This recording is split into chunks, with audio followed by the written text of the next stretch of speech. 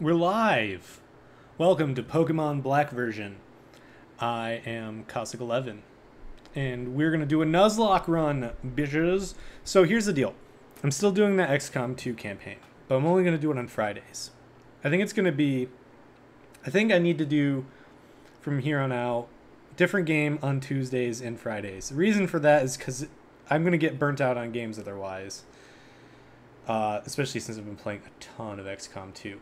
So, here's the deal. It's going to be Pokemon. For now, it's going to be Pokemon Black version Nuzlocke run on Tuesdays. On Fridays, XCOM 2 campaign. So, without further ado, let's explain the rules of a Nuzlocke run for those of you who don't know anything about Pokemon Nuzlocke runs. And I need to hold on a second. All right, there you go. The rules are kind of hard to read, and I apologize for that. But there they are. So let's see if I can't read them myself. Hold on, I'm going to get out of studio mode real quick so I can actually read these. Oh, wow, yeah, it's pretty bad. Let's move that down further. That's better, or at least a little bit better. Okay, so the rules.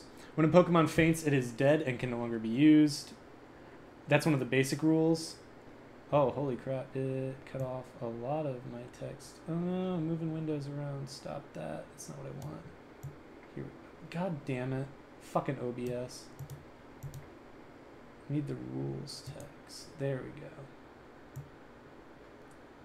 There we go. Okay, so rule number 2. Only the first Pokemon encountered in each area are defined by the name change in the corner of the screen.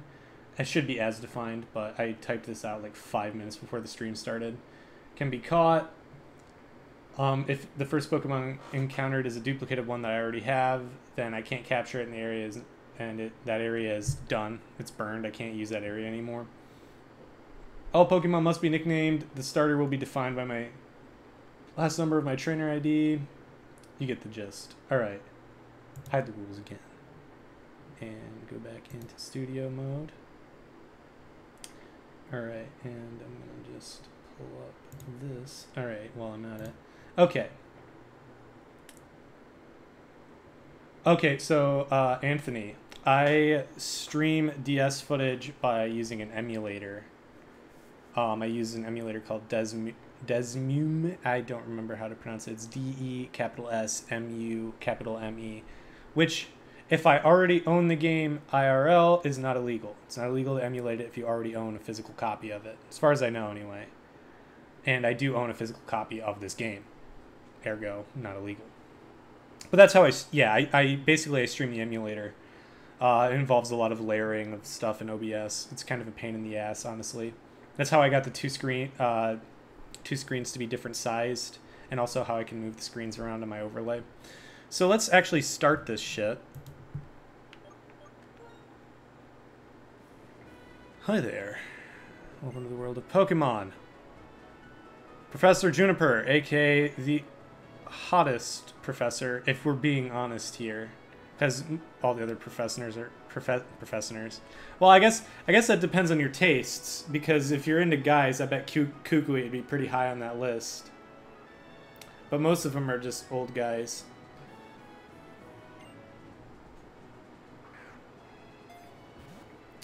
And oh good, a Pokemon that isn't that great and competitive. That is a Cincino, I believe. Pokemon have mysterious powers. They come in many shapes and live in many different places. We humans live happily with Pokemon, living and working together, blah blah. We can't. Why am I doing the deep narrator voice when it's a woman talking to me? Oh god. Alright. I can't. Okay, whatever. Just blah. We help each other accomplish simple tasks, blah blah blah. This is the same thing you get in every game, and as soon as we get into the game, I'm setting the text speed to be fast. Alright, here we go.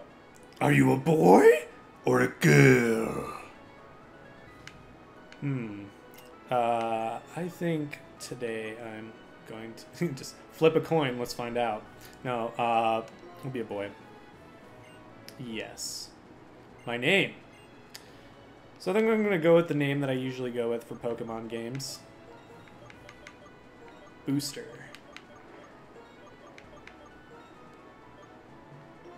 Alright. Yes, my name is Booster. I also have a good cup of coffee next to me, so that is something.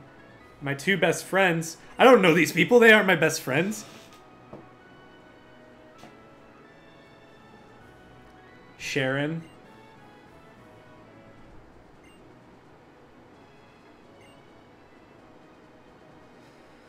So the tryhard and the ditz. Good to know.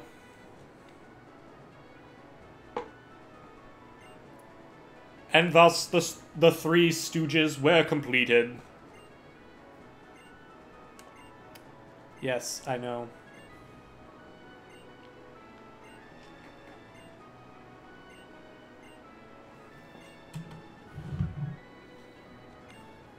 All right.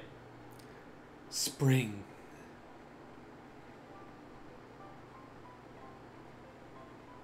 It's not spring. No, okay, so this is one of the cool features about this gen of games. In this generation, it would coordinate based on your clock on your DS, and that would be the same season in this region as it would be IRL, wherever you're at, depending on what you set your clock to. Within, like, you know, a few months, obviously, because it has to go based on time.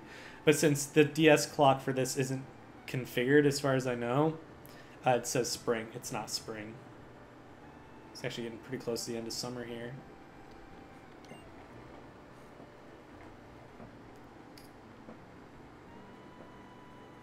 Yes, we can have a Pokemon, Sharon.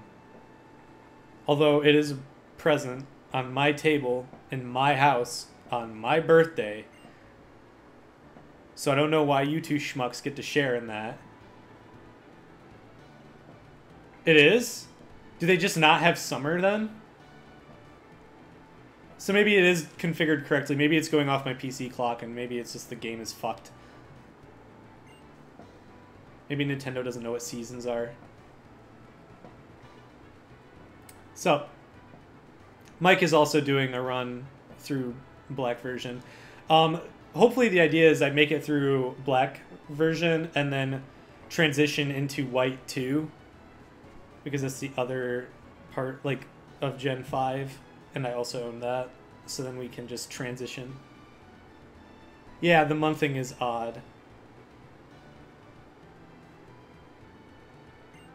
And, of course, the tryhard chews out the dits, as is tradition. Where are the Pokemon? Oh, I don't know. Maybe in the giant, big, conspicuous box with a giant-ass green ribbon on it. It's not like we're trying to hide the fucking things from you. It's not like we stuffed the Pokeballs in the trash bin. Well, at least it's not as bad as being stuffed in the back of a moving van. Oh, okay. That is odd. Wait. That is really odd. The fuck? Yeah, the month thing is way odd. Maybe it's because it's based on Japanese month thing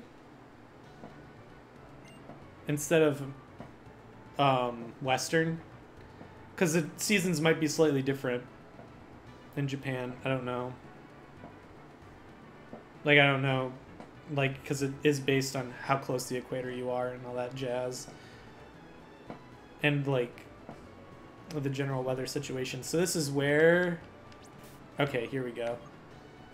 Check my trainer card. This is how we're going to find out what my starter is. Alright. Alright. Oops, hold on. I just realized I gotta do this. 7. So that is... Fire type. Fuck! Fucking Tepig.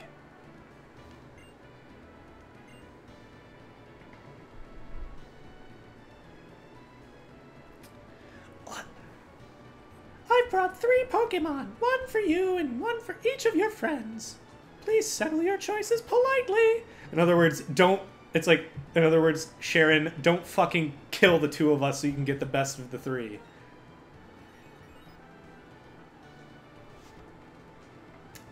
Yeah. Alright.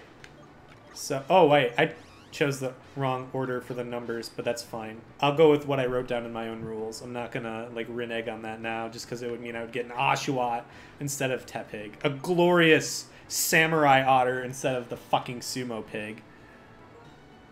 Now, I grant you, here's the thing. Tepig doesn't bother most people as nearly as much as it bothers me. I think it's just because I had a bad experience with Tepig as my starter. Like, I just don't like Tepig at all. I couldn't tell you exactly what it is. I just don't like Tepig.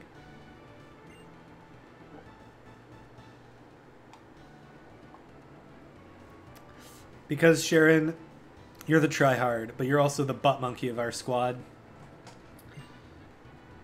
Which means that we're gonna basically verbally shit on you at every opportunity. Because that's the role you play. Oh boy. Yes, let's have a Pokemon battle in my room with my seemingly expensive electronics. I mean, that TV is pretty big.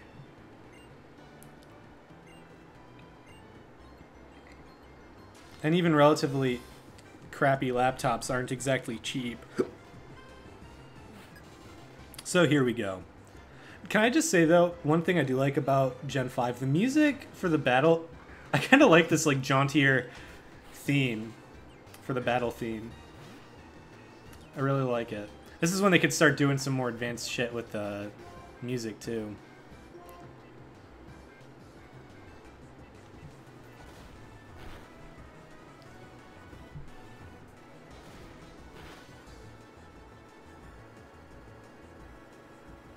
I wasn't worried about you spamming. That was earlier because NCR Vet decided that he was going to do that whole first thing, and then someone typed in second, and then he decided he had to just keep going down the list.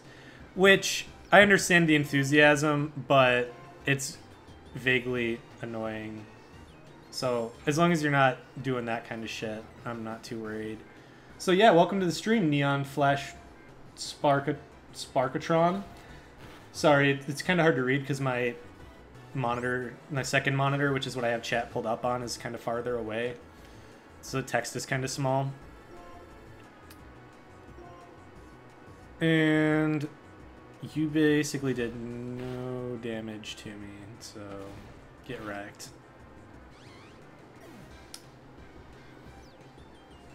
Yeah, I think, honestly, Gen 5 gets a lot more shit than it actually deserves. To be fair, honestly, I think the least interesting gen is probably Gen 3. A lot of people will hate me for that, but it's the truth. Gen 3 didn't do a whole lot. Emerald was good, don't get me wrong, but Gen 3 as a whole was kind of lackluster. Especially hot on the heels of Gold and Silver version, which were fucking masterpieces.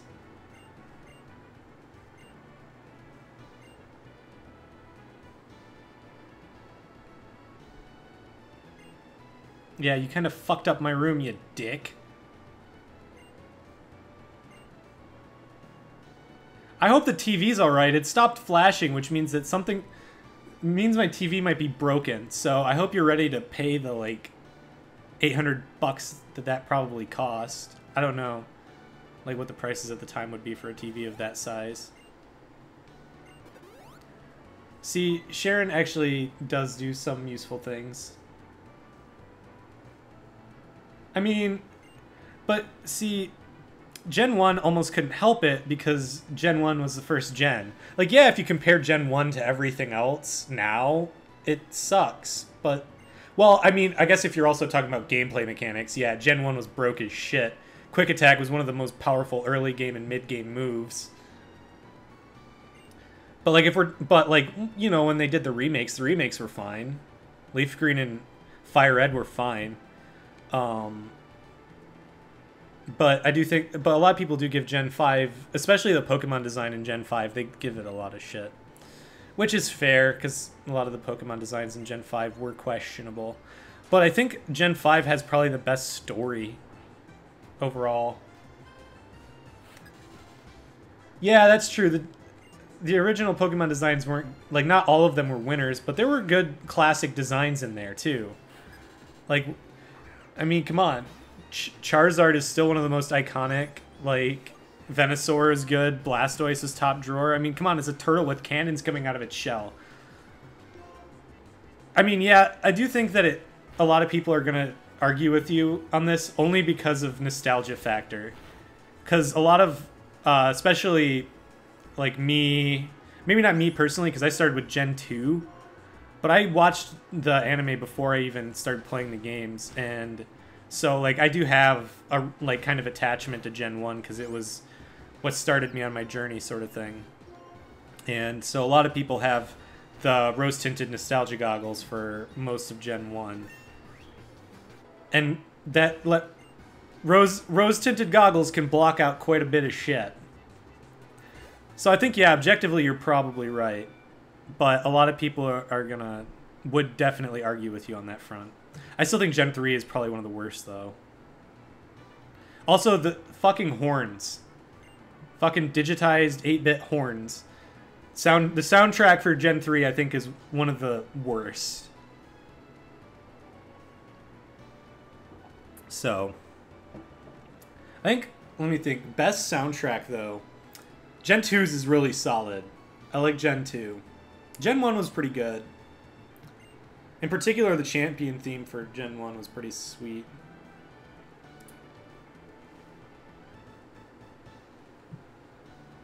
Alright. Okay. Ugh. Hold on a sec, I gotta figure out how sensitive these controls on my control stick are. And I can't run. Fantastic. I've forgotten how to run until the proper shoes are emplaced upon mine feet. Ah, responsible Sharon. He's still always gonna be the butt monkey, though. Even when he gets older, he's still the butt monkey of the group.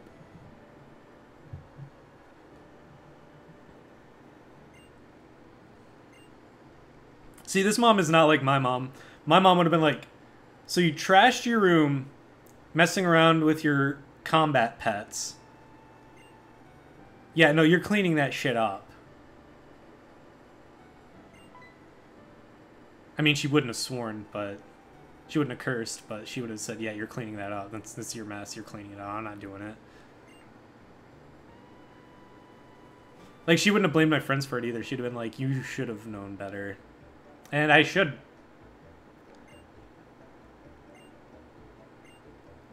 I think your mom in this game just wants you out of the house, like every other Pokemon trainer mom, main character's mom, just wants you out of the fucking house. The cross transceiver. You could give me the running shoes instead of the crappy iWatch or whatever the fuck it is. Whatever. They call it the cross transceiver. I never... Holy shit! It's actually called the cross transceiver. I've always called it the X transceiver. Am I the only one who's always called it the X transceiver? I guess it tells you at the beginning and then just never tells you it's called the cross transceiver ever again. So, here we go. Alright. So we could take a walk around town. See, this was some cool effects too. I liked the three-dimensional effects that they tried to do. They tried to like refresh the visual formula, I think, and I think that's important. Yeah, exactly. I think most people's moms would have been mad. Of course, most people's moms would have burst in mid-Pokemon battle and been like, what the hell are you doing? Of course. Because the airhead requires babysitting. Oi, you. I just said yes. I didn't even know what I was saying yes to. I just clicked a button. I don't even...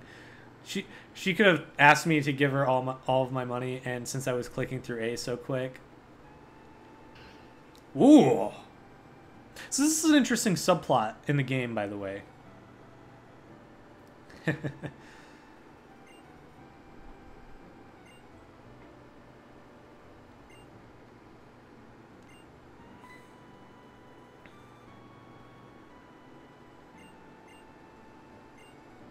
And this is an interesting moment where we have like I like this subplot.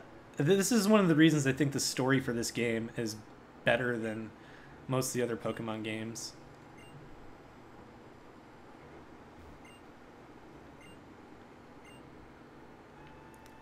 Like, he actually has some sensible, you know, views. Pokemon in the universe, if you read some of the Pokedex entries, Pokemon are dangerous as shit, man. So, like, it's understandable to be worried that your kid's going to be going out on this journey through the wilderness and shit. Like, and then that's on top of the evil teams and, like, randos, like, immediately challenging you to Mortal Kombat as soon as you make eye contact with them. It's a scary world out there. And it just has, I like the sub-themes. Like, Sharon has to, like, kind of overcome some of his own shit too, where he's kind of got a little bit of, I feel like a little bit of an inferiority complex. And so he seeks strength, but he doesn't know why he wants the strength. He doesn't know, like, he doesn't know what he should be using the strength that he's getting for, or that there's more than just power. Okay, so I gotta nickname the Tepig. Hydreigon's a pretty cool design. Two-headed dragon. It's pretty dope. That, and it's got pretty interesting typing. Let me think. I think I'm gonna do... What should my naming theme be? I gotta think of the naming theme here. Usually I would do Gundam characters, but I've been doing that for like the last 3 Nuzlocke runs, so I think I gotta do something different.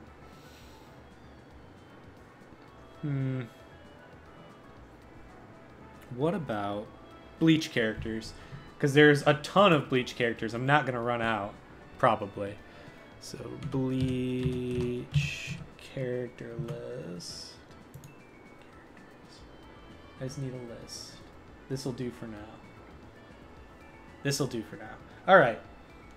So, I guess I'll start with one of my favorite characters for the Fire Pig. And we'll go with Kisuke.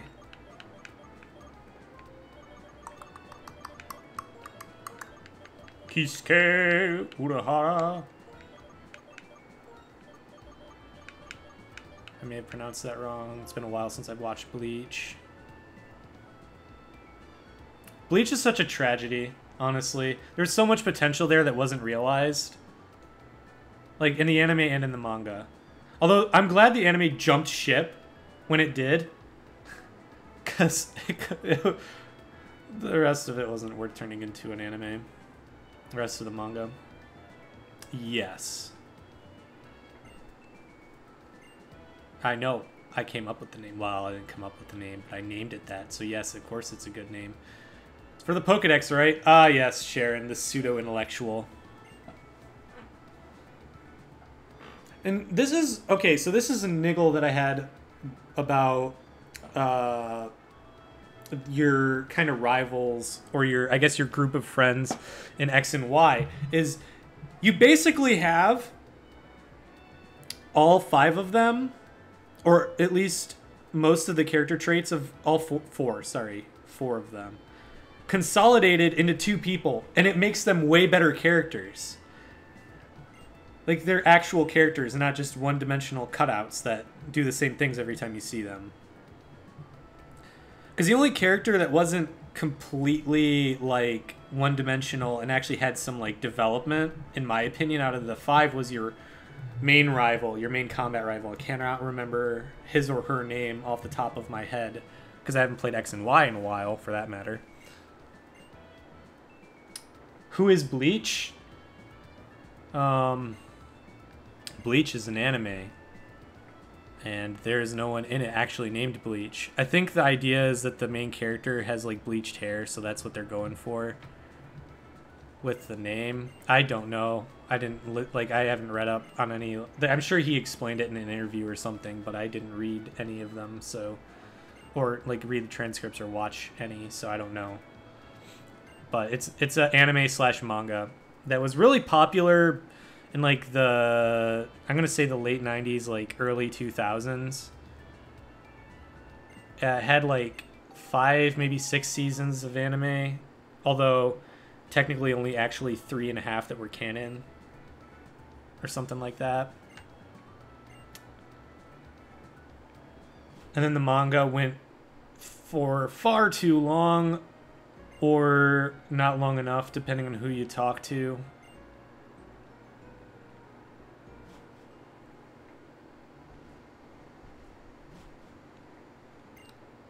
Thud. Oh, wait. Oh, yay, the Pokedex, that thing that we should complete. Yay. Ooh. Town maps. Dope, where are my running shoes, Mom?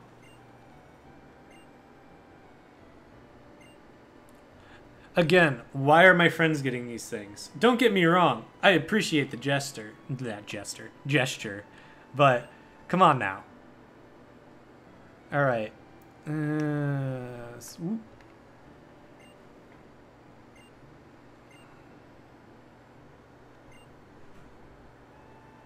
Yep. This is what I like about Desmume's speed up versus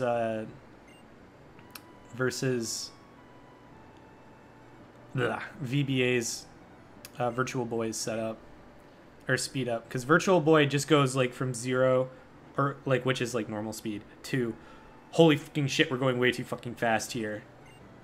This allows you to scale it up. All right. There we go. Now we're back to normal. And oh, that's not what I wanted to do. The bag is empty. I should go check the PC in my room to see if there's a potion in it. I'm trying to remember options. That's what it is. My brain is just okay, good. And we'll do that. Confirm. All right. Still no running shoes. Mom, please. I beg of you. So I'm going upstairs. Can I access? Oh, that's it? Well, that's dumb.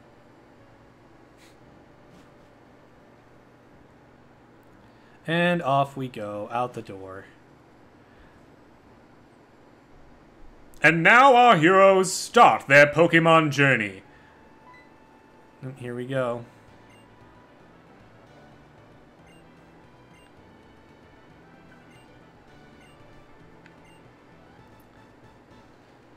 There's an old fable that a journey of 1,000 miles begins with a single step. And so our heroes take more than a single step and enter Route 1 and begin their Pokemon journey. What adventures will they have? What villains will they fight? What challenges will they overcome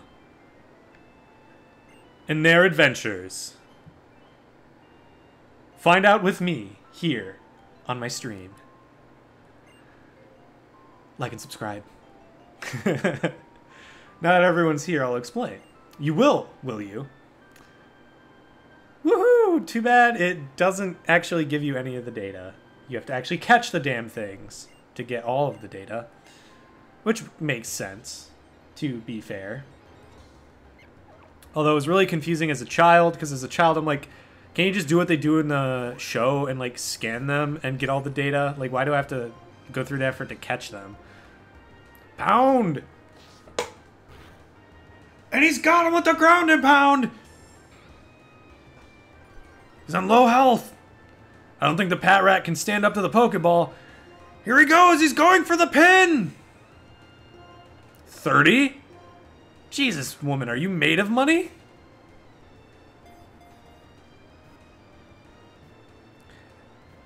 And there's the pin attempt. And he's pinned! Captured! Pat has been captured! Victory goes to Oh, it's Mincino. See, I get the two confused because their names are very similar, but the evolution of Mincino is Cincino. Or Chinchino, or I don't know. Pat was caught. It's almost like I already knew this. See how little attention I paid to that? Attention. I can't words today. Attention I paid to that. Did you see that just now? Yes. Yes, I did. I was not paying much attention. I was commentating it, but that's about the extent of the attention I paid because I already know how to do all this. Yes, yes, yes. I know how all this works. All right, so this is where the run truly begins. And I need to get my notebook. I keep track of all the routes and stuff and what I catch so that I'm not fucking it up later and accidentally like trying to catch two Pokemon from the same route or accidentally catching a duplicate or something like that. So I'm gonna get that real quick. So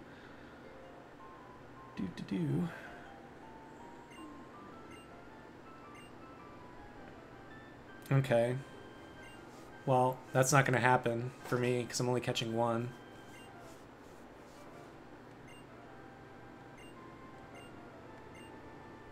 And it basically tells you, yeah, you can grind by, like, you can go back to your house to heal.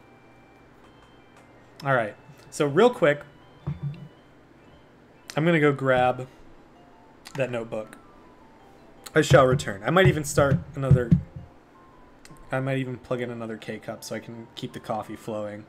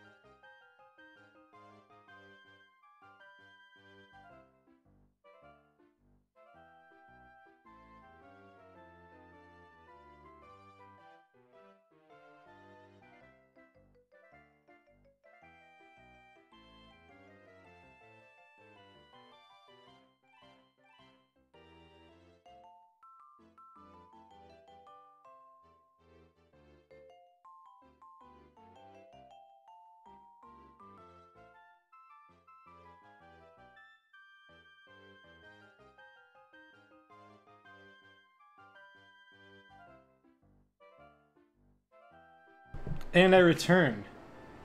Okay. So, Route 1. Fight! I do like how quickly the game gives you Pokeballs. This is one of the things I do like about this this gen. They give you Pokeballs so much quicker than the other gens do. Makes me a happy, happy man. Pat.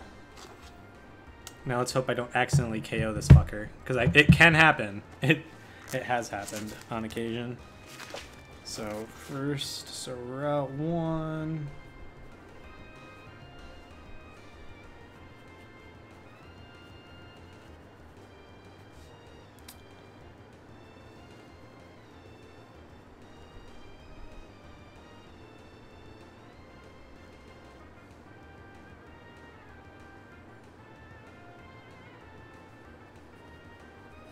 All right, Route 1, and it's a Pat Rat, so let's catch this fucker.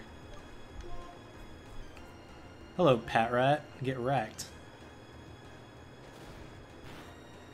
All right, I think that's enough. I think I can catch it. Okay, okie dokie now.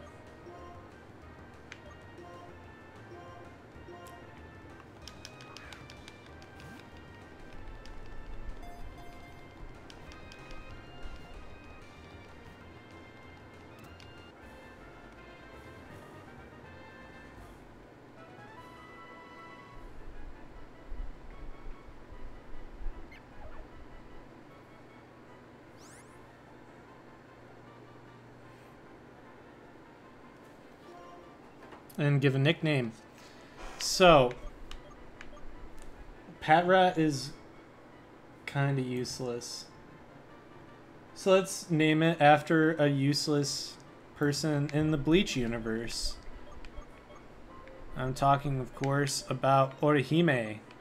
I don't know if I have enough character space for that, but we'll try. Yeah, we do. Sweet. Orihime, pretty much useless. You can argue with me on that point, but it's going to do very little to change my opinion. Alright, so now that we've thoroughly riffed on a Bleach character, which isn't difficult, there's many that are worth riffing on. And we've caught our first Pokemon. So let's go back to Madre's house and heal that bad boy. Actually, we're going to speed this up. Yes, this should be enough. Because this will make grinding quicker.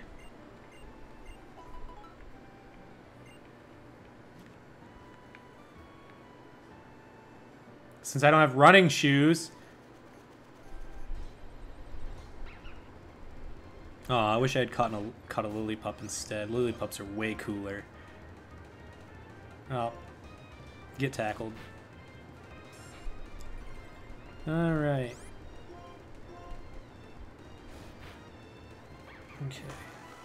Sweet. Whoop. Alright. Keep training. You must train. Oh, level 4. This guy's gonna be tough. Oh, tough guy, eh? Looking for a scrap, huh? Oh, crit. Get crit, son. Yeah. Getting that stab in there. So let's talk a little bit about stab, because I'm sure at least a couple of you who are watching this aren't exactly familiar with Pokemon's inner workings. Attacks all have types. You probably know, at least generally know, the types. And most of the type weaknesses and strengths can be reasonably inferred, although there are a few weird ones, especially when we throw fairy type into the mix. But there's also attack and defense defense bonuses based on typing. One of those is same type attack bonus, or stab, which means if it's the same type as your Pokemon, it does more damage.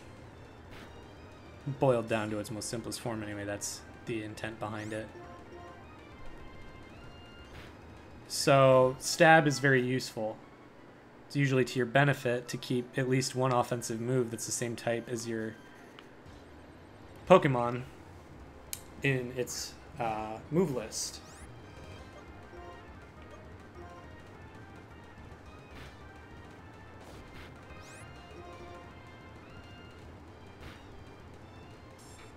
So I'm going to try and get my guys up to like level 11 before I hit the first town. Because I think there's a rival battle up ahead. And if any of them get KO'd, then they're out. And I don't like that. So I'd rather avoid that problem.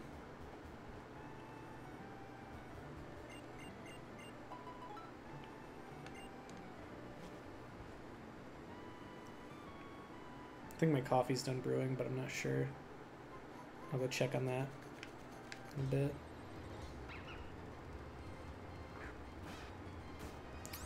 Alright. And welcome to grinding. This is the boring part of Pokemon.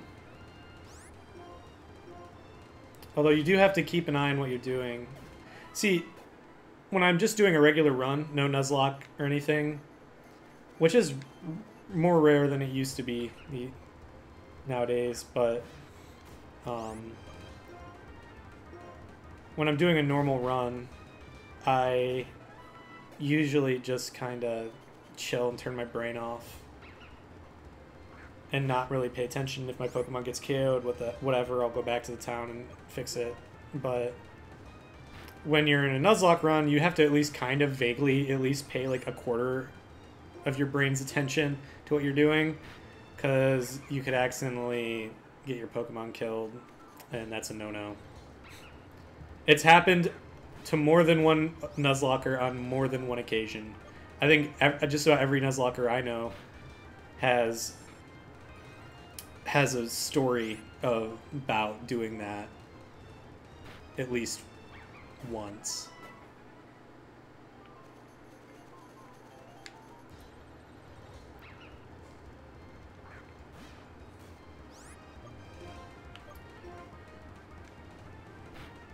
So let's talk more about Nuzlocke runs in general, actually, since we have time on our hands now.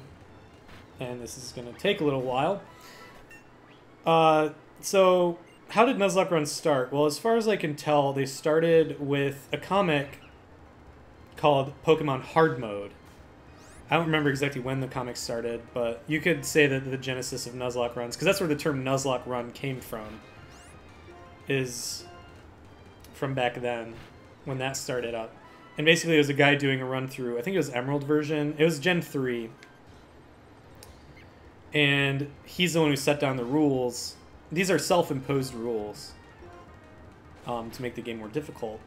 And since a lot of people, you know, a lot of Pokemon fans like challenge, like most gamers, we like a little bit of challenge.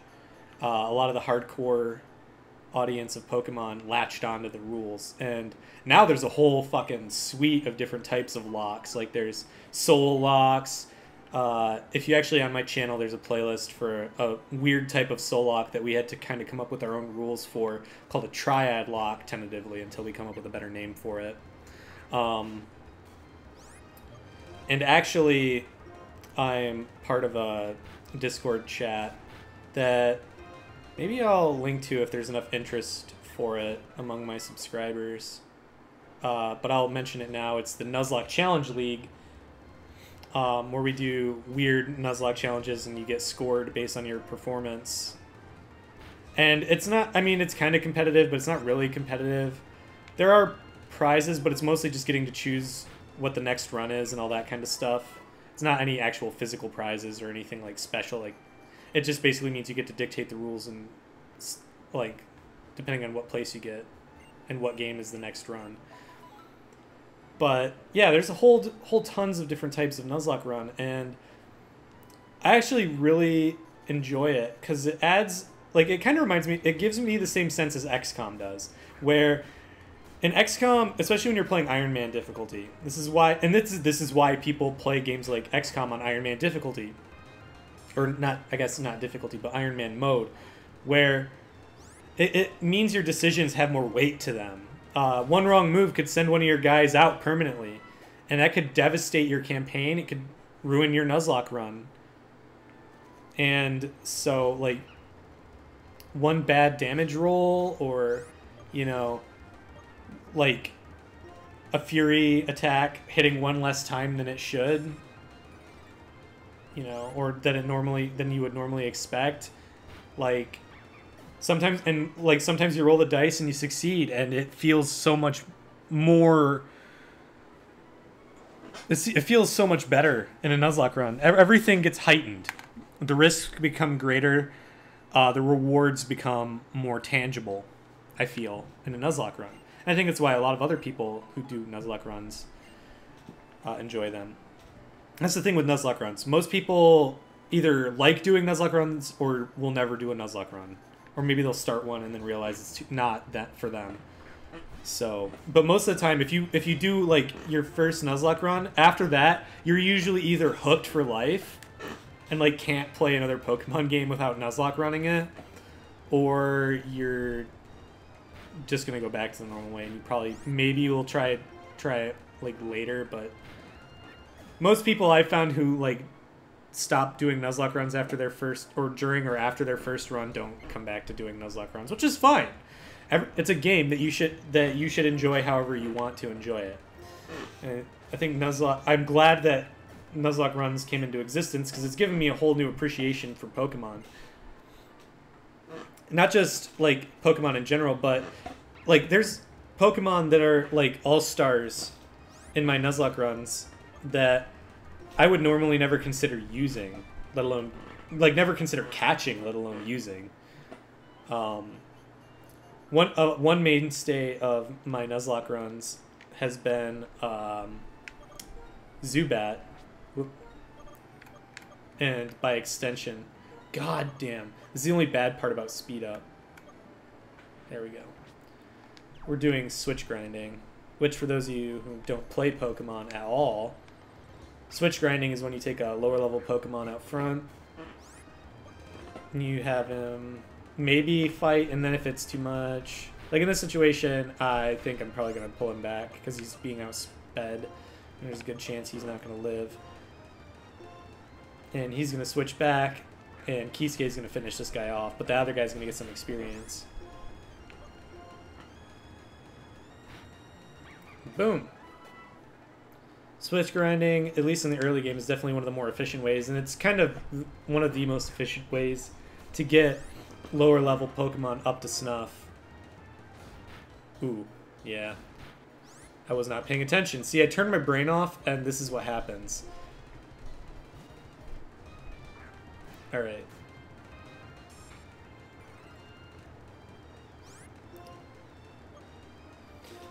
So there's a lot of optional rules, too, that go along with Nuzlockes that apply to multiple Nuzlockes. For example, what I did with the starter, how I chose my starter, that's optional. You don't have to do it that way. A lot of people don't. I do because, again, it forces me to use a starter that I would normally not use. Because I'm going to tell you that in majority of Pokemon games, I'll pick the water starter over the other two almost 90% of the time. I will say I picked the grass starter in Sun and Moon majority of the time. But I, by and large, prefer the water starters in almost every game. Gen 3, I actually like the fire starter. It's actually my first run ever of Ruby version. I used Chikorita and used Blaziken. But I think even now I would still pick Mudkip. I like its typing better. Plus, I blame Blaziken for the fucking rash of firefighting starters we had for like the next 3 generations. Or sorry, the next 2 generations. We got really sick and fucking tired of firefighting starters, or at least I did.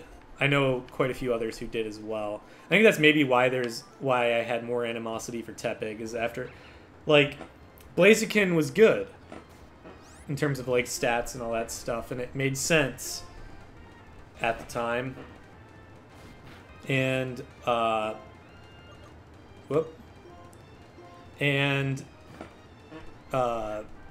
Chimchar, Monferno made sense and was fast and had utility and was good and like had a good move set. Tepig doesn't have as many redeeming qualities because it's not exactly very durable and it's very slow, which I maybe that, and I think that more than anything else is what bugs me about it. I just like Samurott way better, like given the choice between the two. But I gotta, It's going to get real old real fast if I keep bitching about Tepig through the whole game. So I'm not going to. I think that's the end of it. I'll stop bitching about Tepig now. But we can talk about starter design in general, since, again, I might as well... Like, I gotta keep talking, otherwise I'm gonna go silent here. And feel free to chime in the chat if you have any reactions to what I'm saying at all, or questions, or anything particular you want me to give my opinions on. Seeing as we're grinding for... We're gonna be at this for a little while. The time... There's definitely time. I think you can... Yes. Alright. Good. Start earning that experience on your own. So, let's talk about the starters then. And want for another topic. The Gen 1 starters, obviously the most balanced starters of the bunch. For sure. Tepig's solo run. Do nothing but Tepig, only Tepig. God, no. You're insane, man. The only time would ever attempt something like that is with Feraligatr. Only because that's basically what I did for my first run of Pokemon Gold version. Like, I basically... and that's because I was in first grade and didn't know any better. But I played through Gold version with basically just using my starter. I think I'd be a good, like, at least 85% of that game doing just Feraligatr with strength.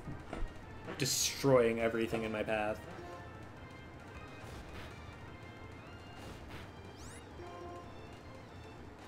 So, I think we can safely say...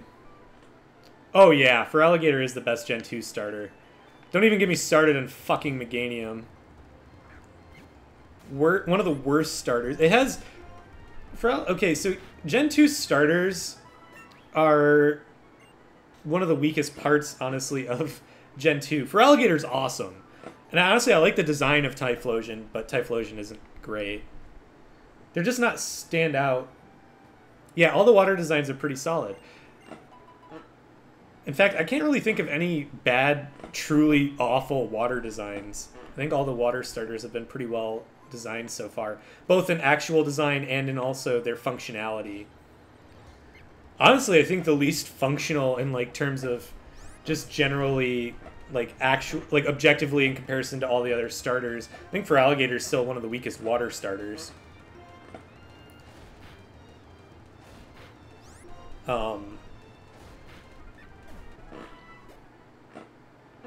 Like, I would actually have to take a look to see if, like, how exactly where it falls in the pantheon, but I would definitely say that it's definitely in the lower end of power level for starters in general, but also just for water starters. And that's the stab coming into effect. That bite did less damage in it than the tackle because the tackle has stab.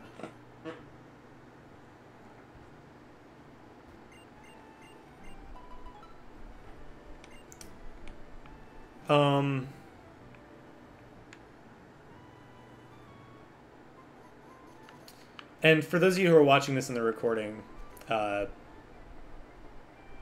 discussing this with Mike back and forth in the chat. Because apparently the chat doesn't show up. I don't think the chat logs show up in the stream replays. Which is annoying. Because that's what a lot... Like, the chat is kind of what some people are there for. And it gives context to what I'm saying. But yeah. So Gen 2 definitely, I think, has overall... Like, actually has one of the weaker sets of starters. Because the Fire starter is definitely on the... Like, Typhlosion design-wise is pretty cool, but is just not... He just isn't that strong. Like, Charizard's good. And we'll forever get all those people who are like, Charizard is the best starter. Charizard is not the best starter. Charizard isn't even close to the best starter. Especially considering we have a starter who was in Uber tier, which is Blaziken. So if you want to go by that, like that standard, Blaziken's was the strongest starter for a while. Although a lot of people don't like the Fire Chicken Not a lot of people, but some people. I know one person in particular who hates Blaziken's design.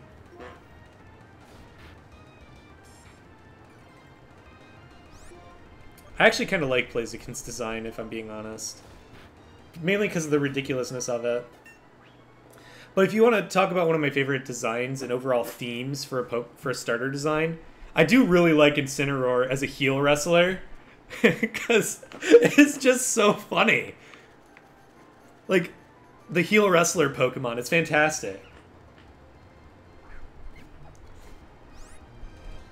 Pikachu is the worst starter, but that's because Pikachu is overrated in general. Mike, we've discussed this. Although, I guess we haven't discussed this in any of the videos that I have up when we were doing that run. So, yeah, Pikachu is just awful. Like, he's fast, but he doesn't hit hard enough for that to really matter. Raichu is better, but not much.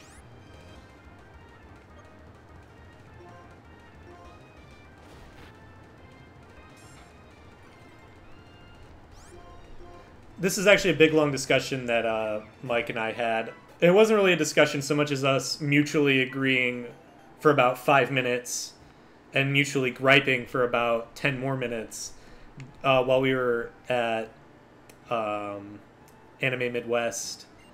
We were discussing how terrible Pikachu was. Mainly because Pikachu got that special Z move, and it's not great.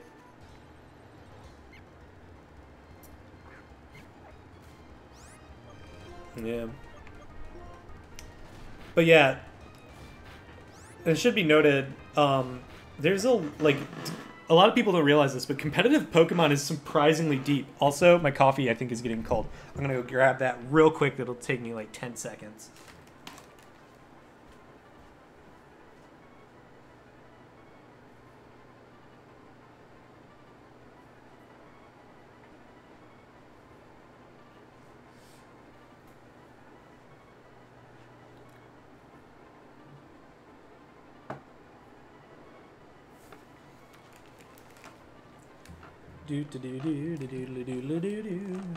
I'm back.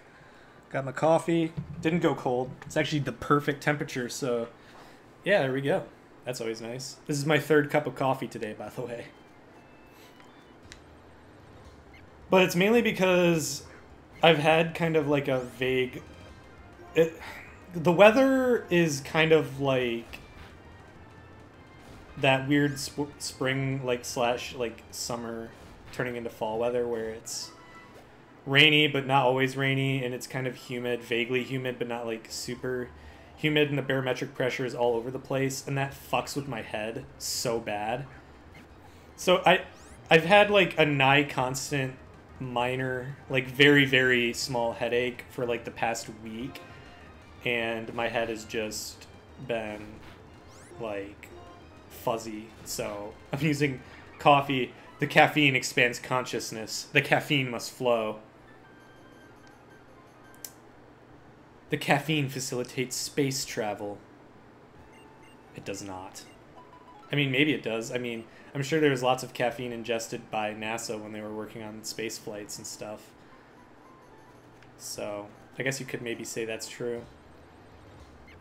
And we haven't even gotten past the first patch of grass.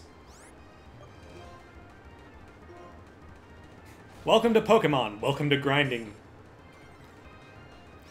But grinding is important in Nuzlocke. So let's talk about Nuzlocke's strategy for a moment here. Since we've kind of talked a little bit about the starters, I didn't really have much more to say about the starters, honestly. I mean, I guess I could go more into it, but maybe we'll save that for further discussion. We'll table that for now. As I talk about Nuzlocke's strategy, because we are in the middle of a Nuzlocke run, I feel like that would be more relevant. Basically... Oh, Bide. Bide is awful. Bide locks you into things that you shouldn't be locked into. Bide is a bad move to use, but can be dangerous if you don't know how it works in a Nuzlocke run. Because Bide has the potential to one-shot your Pokemon early game.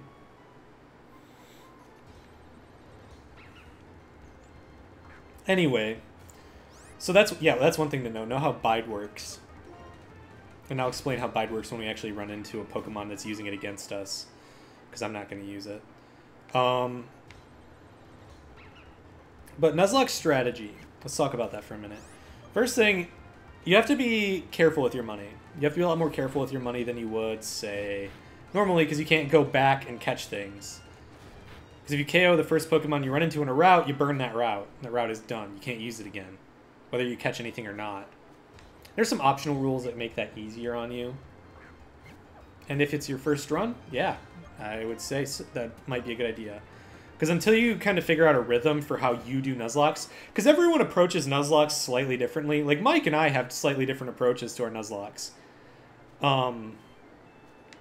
I like to... Early game, I like to grind more than I do mid and late game. And actually, you could... If you watch our Triad Lock run, you can kind of get a general sense... Yeah, buy freshwater over super potions if available. Freshwater heals more than super potions and costs about the same amount, if not less. It does take you longer to buy the same amount, but is better in the long run. Usually because the vendors for freshwater force you to buy in like lots of 10, or you have to go and talk to them one at a time, but with speed up that doesn't become as much of an issue. Can't believe I still don't have running shoes yet. Usually you get running shoes before you're out catching Pokemon. This is ridiculous. Fortunately, speed up is here to facilitate our speed needs. Ah, emulators.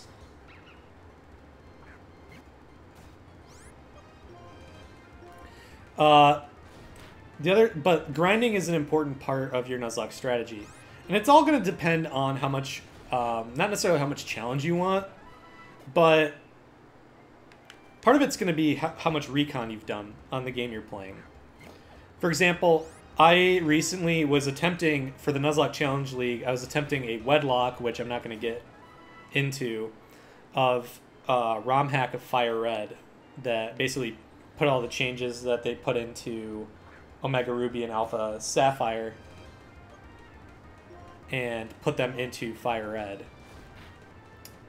And I didn't realize that Viridian, near Viridian on the route that has the Pokemon League, there's a rival battle, and I was severely underleveled, and I got team wiped right then and there, and lost the run. So I didn't recon enough, basically. Or I didn't grind enough in preparation for a possible rival battle. You kind of, so that's why you kind of have to think in your head. You got to look at the game. If you don't know the game you're playing, for example, if you're doing a blind run, is what it's called. I did a blind run for Sun and Moon, and actually failed in my first attempt, and then finished out the game with the previous knowledge I had attained, of course, but then also with without knowing what the rest of the game would bring, and actually successfully did a blind run, well, semi-blind run of Sun. And you kind of have to think in your head, like, okay, is there going to be a rival battle here? Is there the potential for a rival battle? It's been a while since I've had one, you know, or, you know, this early in the game, I bet at the end of this route there's a rival battle. I don't know because I haven't played Gen 5 in a very, very long time. I guess not very, very long time. That implies multiple years. I don't think it's been quite that long. But how close are we? I keep hitting the start button, but I keep forgetting it's one of the DS ones. So I think once we get it to 10, I think 10 actually will be a nice round number to go for here. I try to keep level parity with the gyms that I'm facing because maybe slightly over leveled depending on what mood I'm feeling. But like Nadia, who you may know from the Triad Lock videos, or if you've watched them, which not many people have, I'll be completely honest. Or she's chimed in a couple times in the chat in some of my other streams. She is much more cautious than I am with Nuzlocke runs. She grinds a lot more than I do. And that's not a bad thing, that's just her personal strategy. I kind of play it fast and loose because I'm impatient. So I'll get to a certain point where I'm like, you know what? F it. I'll just try it. And if I fail here, I fail here. And it's burned me a couple times, don't get me wrong. If you, like, I think it's on this channel, or I might have posted it, like, somewhere else. I had a video of something I did for the Nuzlocke, or the original Nuzlocke subreddit, which was kind of the it was the Nuzlocke Run of the Month, which is the inspiration for the Nuzlocke Challenge League that we do. Which, by the way, look up the Nuzlocke Challenge League on Reddit. Mike might actually be able to put a link to that in chat, and I'd appreciate it if you would do so. If it's up. I don't know if it's live yet, because I know we were talking about it for a while. And the person who's setting all that up, Bedrock, shout out to him, because he's doing good work for that from what I hear. So, kudos to him. I might as well start progressing. I'm at a high enough level that I'll get to level 10 by where I want to be anyway. Okay, there's Charon. I think I might have to battle him. Oh, that's right. That's the capture challenges. Haven't made it yet. Working on logistics. Okay, cool. When it's available, actually, you know what? When it's available, I'll let you know. I'll let you know. Maybe I'll post something about it on Twitter, and also I'll mention it during the next stream when that's relevant. And we'll go from there. If you want to know more about Nuzlocke runs, highly recommend Nuzlocke. Going to the Nuzlocke subreddit. You'll get a lot of help there. Good community there. It's a small community, but it's a good one. I think a small community with good people in it is always better than a large community that has a small percentage of toxic people in it. Because even a small percentage of toxic people can cause problems for a fan base. And for a subreddit. Hopefully it'll be good by Friday. Okay. So, you know what? I'll mention it. If it's up by Friday, I'll let you guys know during that stream. If it is. I mean, it won't be Pokemon, but I'll just let you know anyway. And then I'll also probably tweet about it. And, yeah. So we'll go from there. So continuing on with Nuzlocke strategy and grinding. So Nadia likes to grind a lot. I do not. I like to keep it close because I also like more of a challenge. I feel like it's more of a challenge when you're like at or lower than the level of the gym leaders you're facing. And I kind of get that vibe of like, yeah, I'm like, you know, I'm the challenger. I'm the one fighting the league. I'm pushing through here. And it's I've had some like strategic master strokes. Sure. Oh, we all have the same number. You guys suck. The X transceiver, because it's the X transceiver, not the cross transceiver, because you've only called it that once. Hey, look, our Apple Skype watch or whatever, our Microsoft Skype watch. Yeah. Yeah. Yeah. Ooh. Hurry. I wish I could hurry on over, but I don't have speed up.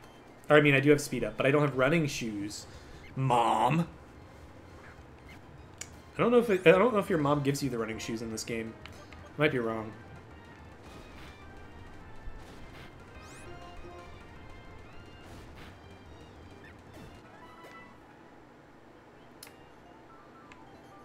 So, how much you grind is, like I said, it depends on how much. I'm going to put this back down to normal because we're done grinding, I think.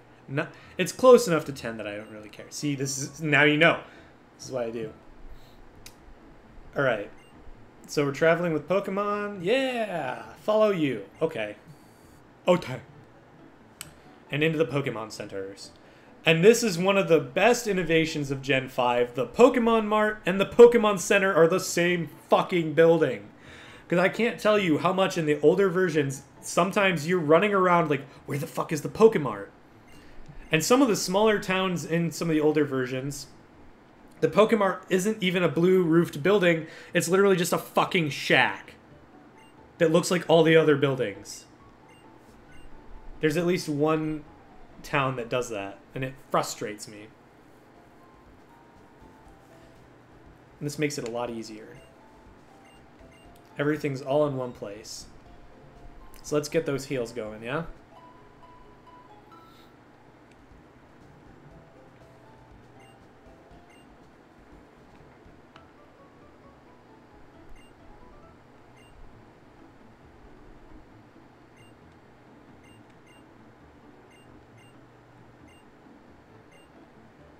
That PC won't be coming into effect for quite some time.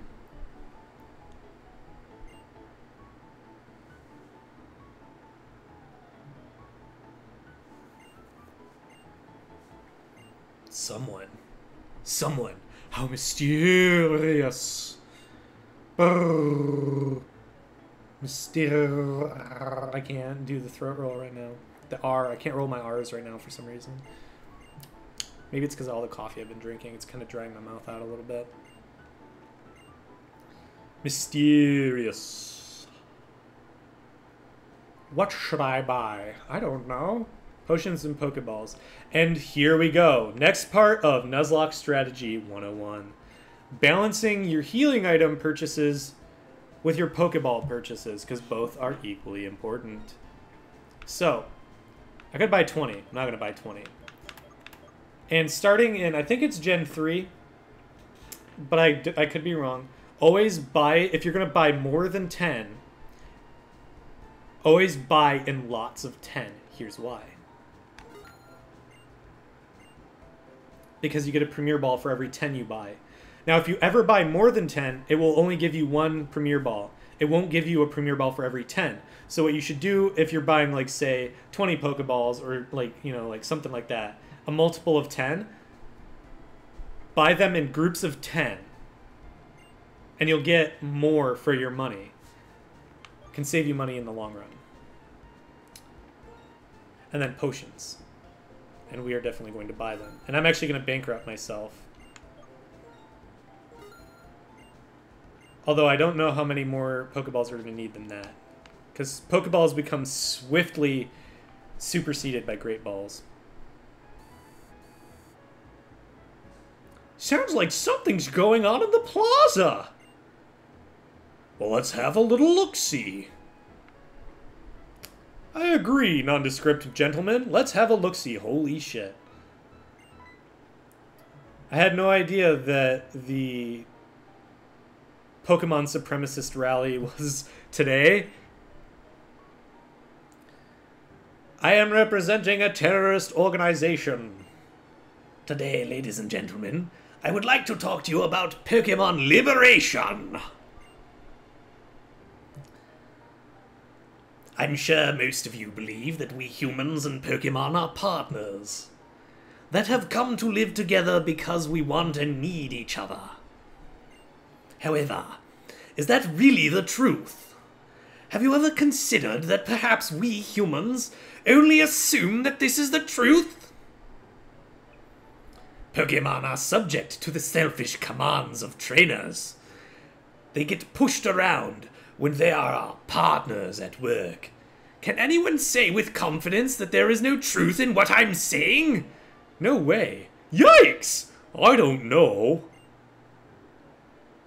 Hey look, it's an internet comment section. Now, ladies and gentlemen, Pokemon are different from humans. They are living beings that contain unknown potential. They are living beings from whom we humans have much to learn. Tell me, what is our responsibility toward these wonderful beings called Pokemon? What could it be? Liberation? Huh? That's right! We must liberate the Pokemon!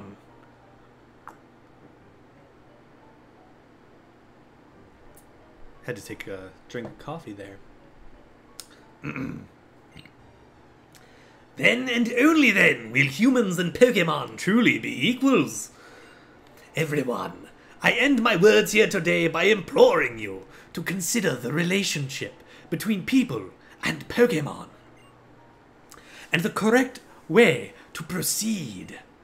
We sincerely appreciate your attention.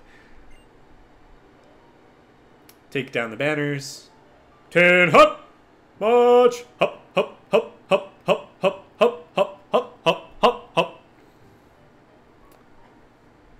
fucking weird. What do you think we should do? Liberate Pokemon? That's not even possible. They said the same thing about slavery.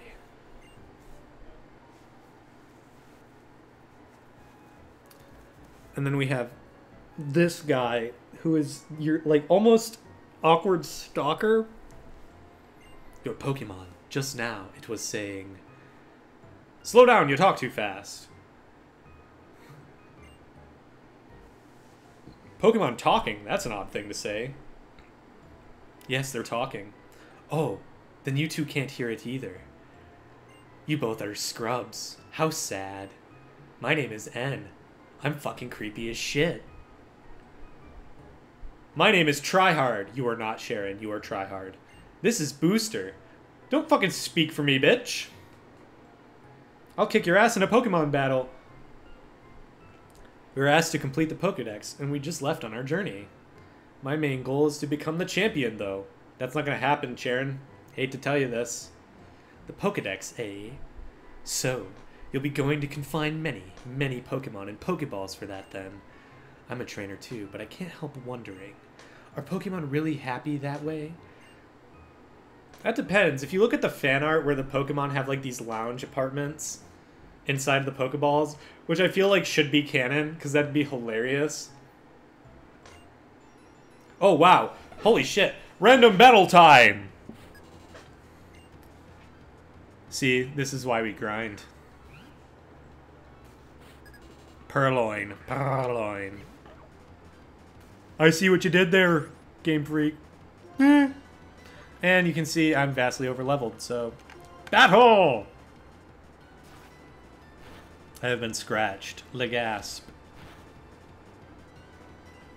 More! Let me hear the voice of your Pokemon! Growl. Ooh, I'm so freaking scared. KO! That wasn't even my A game. Get wrecked, scrub! Sit the fuck down.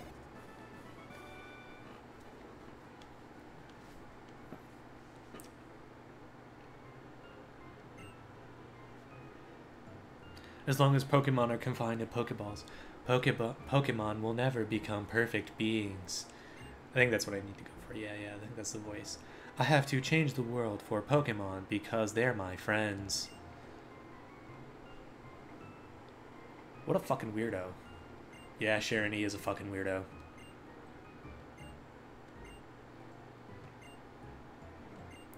But again, it's really funny because Plasma actually makes you question a little bit whether it's right to be battling Pokemon in the way that you are. And again, it creates interesting story elements, interesting sub-themes. It's almost like they respect their older audience with this story. Or the fact that they have an older audience that can understand these sub-themes. I do like Sun and Moon's story. I think Sun and Moon's story is also pretty decent. It's pretty good. X and Y's story is not very good in my opinion, though. Their characters are kind of one-dimensional. Although, I will admit, the evil team for X and Y is fabulous!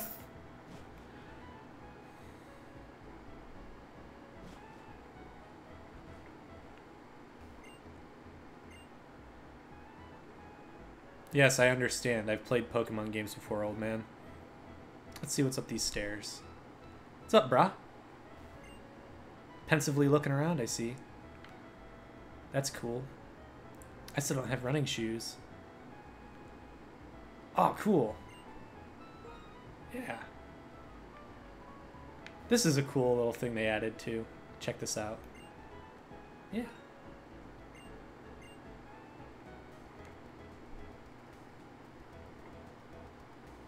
This is cool. I like it. This is jamming out, man.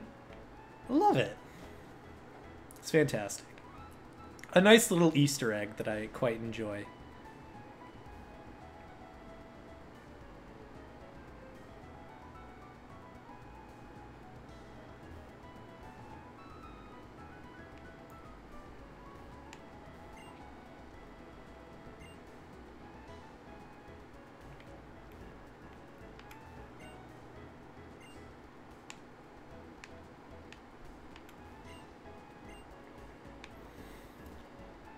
Actually, let's talk a little bit more about music and Pokemon games, because I think as a whole, the Pokemon games actually have pretty strong soundtrack writing.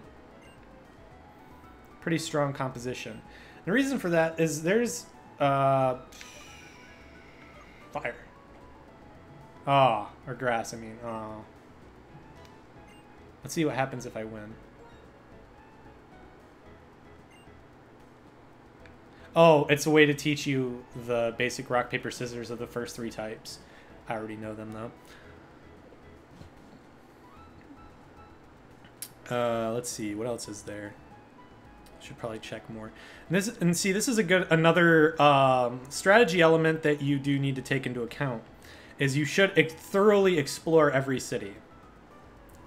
Even, like, especially if you don't remember the city as a whole. Don't remember where everything is. The reason for that is because people give you shit, like that free Pokeball I got. And sometimes you get like free potions, TMs. You can learn new moves. And these are all things that are going to help you. They can only help you in your Pokemon run. So it's definitely something to seek out. And you should, exploration is very important. I would even say in the base, like, without doing, even not like a non-Nuzlocke run is important, but I think in a Nuzlocke run it's even more so important that you like get these little Easter eggs, these little things. The only thing I'm not going to do is item finder shit, because I can't be bothered to like remember where all the item finder spots are. If they're pointed out to me, I'll do that, but like if they're pointed out to me, then maybe I'll go get them, but otherwise there's really no point in my opinion, because the item finder,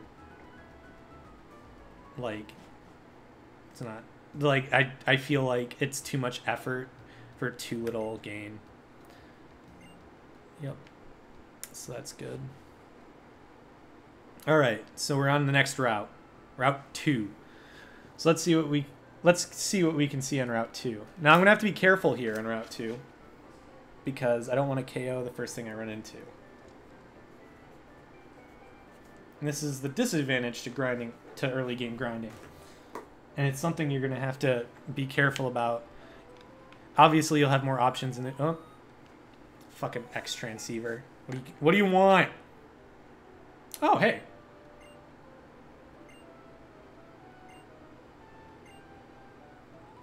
Ah, there you are. Is this my running shoes? Now, we'll say this. Oh, welcome back, Mike. So I will say this about your mom in this game. She at least comes to you to give you the running shoes. Like, she actually left the house, went through another city to do that. So that says something about her. You know, she's not the type of mom to put you in the back of a fucking moving van. With unsecured chest of drawers, I might add, if you actually look at that scene. So this is where we're going to fart. I can't talk. Oh, this is where we're going to fart. No, this is where we're going to start battling trainers on the regular. But first, let's see what we can catch for this route. Rolling the dice. Hopefully it's not another Pat Rat. What are we going to see here? Pat Rat. Fuck!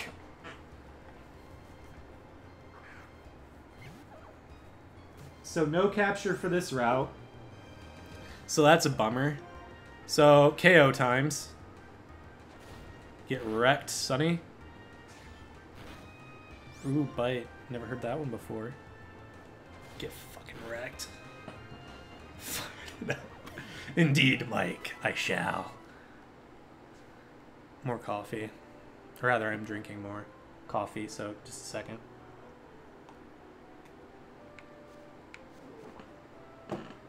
What do we have here? Potion! Awesome. Especially since we don't need all the Pokeballs we just grabbed, because guess what? We can't catch anything on this route now. My own self-imposed rule. There's actually like an exact opposite clause that you can add where if you see a duplicate Pokemon, you can just not catch it and attempt to catch something else and it doesn't count as your capture. This is the harder way to do it. This is like the more difficult dupes clause. And I like it better. Because, again, I like more limitations. It forces me to exercise my brain a bit.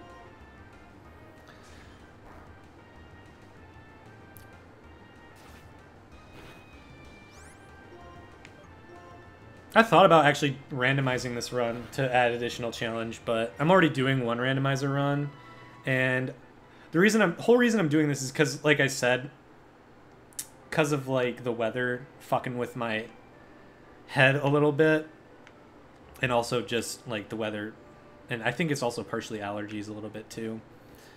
I wanted something that's a little bit less strenuous on my brain than XCOM, so this was it. Because I've done enough Nuzlocks now that like a vanilla Nuzlocke run like this, it's challenging, don't get me wrong, but it's not something that I haven't done before. And like War of the Chosen, I have to actually think about what I'm doing, and it kind of like it can make my brain hurt sometimes because there's a lot of variables oftentimes to consider. So that's why I'm cutting it down to 1 day a week partially. Also because I'm doing 2 campaigns at the same time, because I'm streaming one campaign and then I'm doing another campaign off stream, which I've been playing a lot of.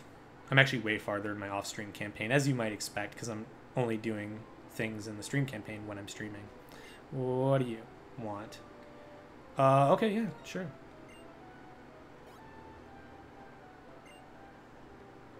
And that's to show you how ledges work in Pokemon games. And now we fight!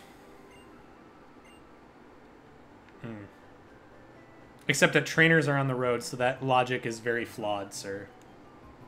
And trainers are usually more dangerous than Pokemon, because you can run from most Pokemon in the wild. You cannot run from a trainer battle. So, you know, things to consider and all that. Fight!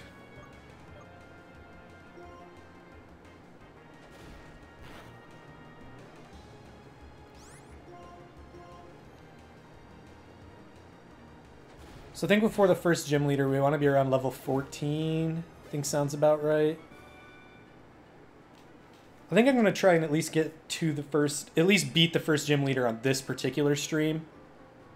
I'm not going to say 1 gym leader per stream, because that would be those would be very long streams, some of them. Yeah, that's pretty much their sole motivation, Mike. Trainers do just want to beat you up and take your money. They're basically schoolyard bullies. They want to beat you up, take your lunch money. I might as well fight this guy. You, fight me. I'm glad he broadcasts what Pokemon he's going to use. Although, sometimes they troll you and they say, oh yeah, let's fire it up. And you're like, oh, he's going to use a fire type. And then they throw like a fucking electric type at you and you're like, oh, shit. Well, that was not what I expected. It doesn't really affect very much because of how the system works, but... Alright.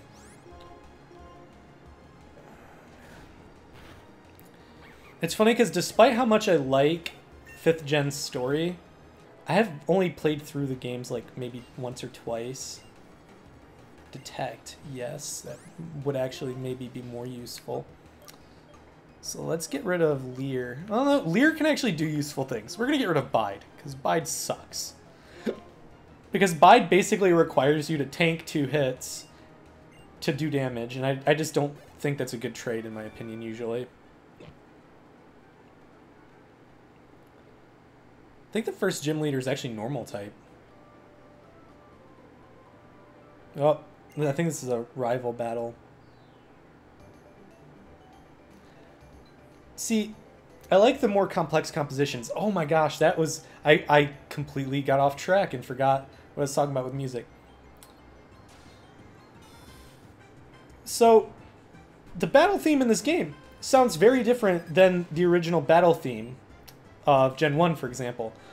But it still has some of the same elements. You can tell it's a battle theme. If you never listened to this like theme before, and then someone just played it for you, you could probably say, yeah, this is the battle theme for that game, isn't it? At least, I think most people would anyway. Because you can recognize the general beats of it.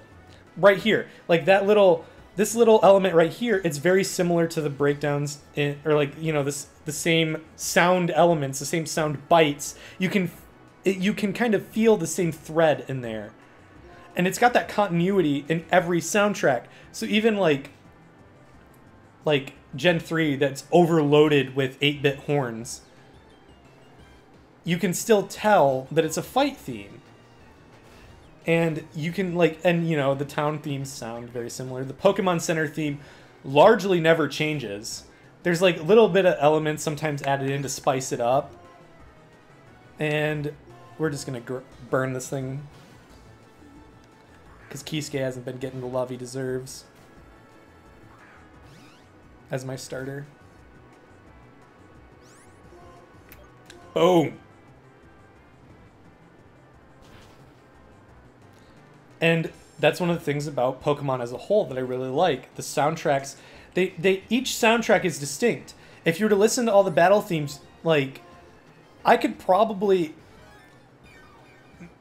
I don't know, because it's been a while since I played, like, some of the gens, but I could probably tell you what gen each battle theme is from, just by hearing it. And, like, same with the champion themes. I could tell you which champion each theme goes with, because each champion theme is different, but you can still tell it's a champion theme. And I like that. And then, of course, you have the Lavender Town theme that, like, just fucks with your head. But it's good because it's supposed to be creepy. It's supposed to mess with your head a little bit, I think. Because Lavender Town is a creepy-ish place. I mean, it's got a large Pokemon graveyard, essentially. Like a Pokemon mausoleum. Boom! Got a Great Ball. Bonus.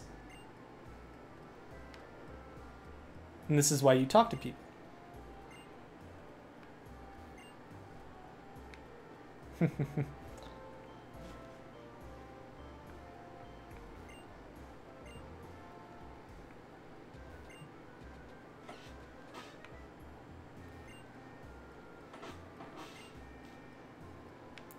My Pokemon have nicknames because it is one of the... It's not necessarily required for Nuzlocke runs, but it's... Well, yeah, it's basically required for a Nuzlocke run. I view it as a requirement. It's not a Nuzlocke run unless you're nicknaming your Pokemon. The reason I say that is because... nicknaming... The whole point behind nicknaming is you get a personal attachment to your Pokemon, so when you lose one, it hurts you that little bit more. The pain just stabs a little bit deeper. You're blocking the stairs. Oh, okay, yeah, this is Fennel. She's a character that pops up later. We will see her later. Trainer school. Alright, let's go to the Pokemon Center real quick. And I think we got enough Pokeballs, so I don't think we're going to get any more Pokeballs. I don't think we're going to buy any more.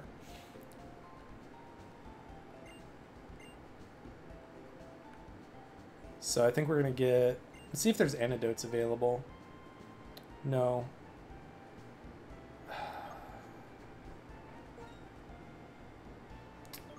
Let's get that to a nice round 10. I don't think we need many more than that right now.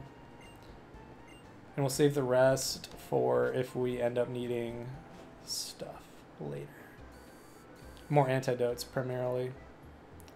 Because poison is a real bad thing for a Nuzlocke run. Is there... I think there's a... He will not let me go that way. Alright, fine. So, can't go that way for now. I'm trying to remember if there's another route that I can attempt to catch Pokemon on while I'm here. I think there is. I think I can attempt to capture... Yes. Here. Whoop. Battle first, though. This is also good because I'm going to need to grind for the gym leader more. I think this is the normal type gym leader.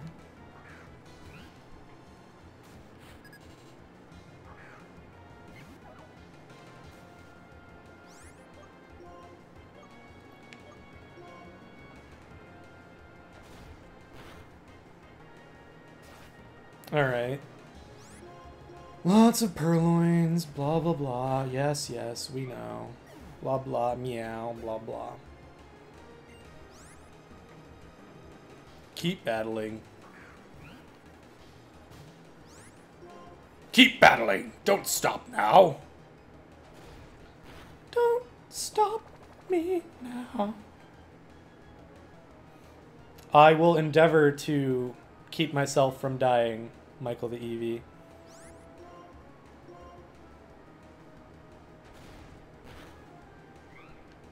That is also a good part of... That also is a good part of Nuzlocke's strategy. Don't die. So, like, you know, covers a couple things. And that is stuff we cannot interact with right now because no HMs. I think there's grass on this area. I gotta check if it's a different area too. Alright, so Pat Rat versus Pat Rat. The mirror match. Here we go!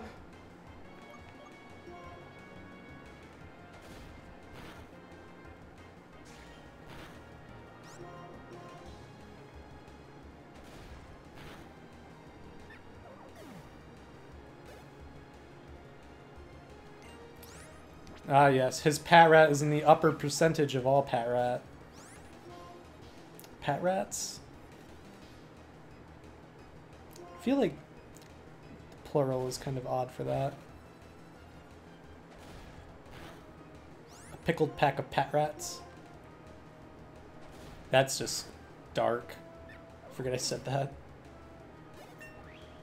Yeah, level 12. Level up! Switch! Kiske! From the top rope!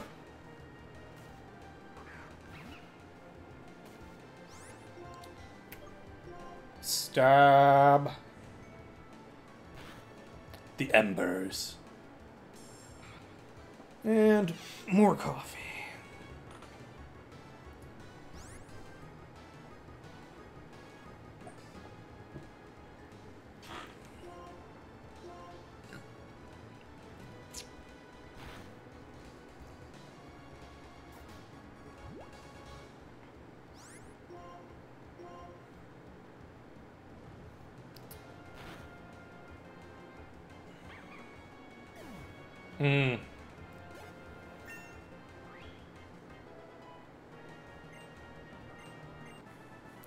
Well, you heard the man. Keep Florida in your hearts and minds and in your prayers, as they are probably going to get slammed by Hurricane Irma, according to NCR veteran. Ooh! Oh, that's right. I forgot about this. I think... Hold on. I think you... Yeah, that's what you get for this route, so... Is this a route? I'm not going to use it just yet. I need to see if this is like... I'll give it a nickname, but I don't know if this is the route or not. So I got grass type. That's the only one of the quibbles I kind of have with this game is it gives you basically a free... What the heck?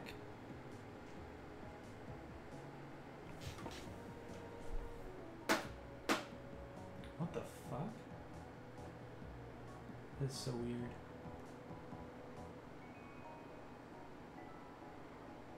That's really odd. Huh. That's disturbing.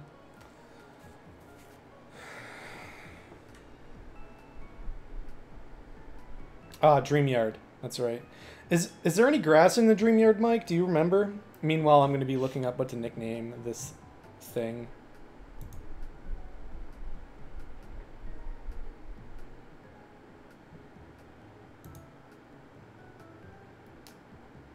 Yeah, that's what we'll name it. We'll name it Grimjow.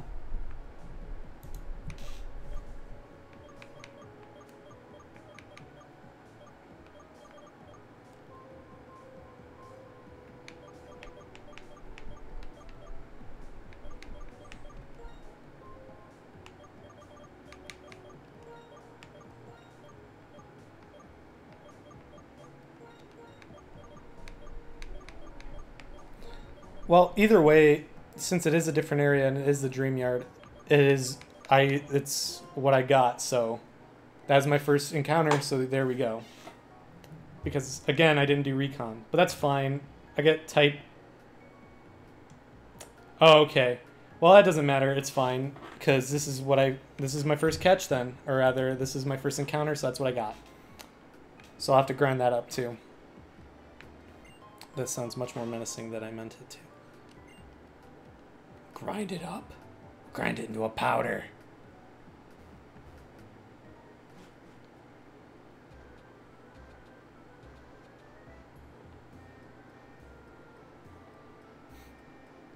I know you were joking, but it's not a good habit to get into. And other streamers aren't as nice about it as I am at CR Veteran.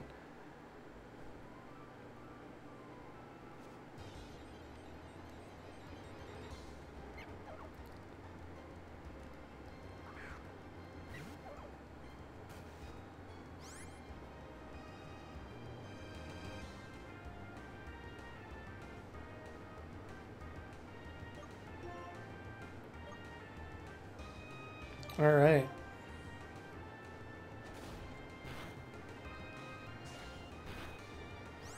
Whoa, that actually hit me kind of hard.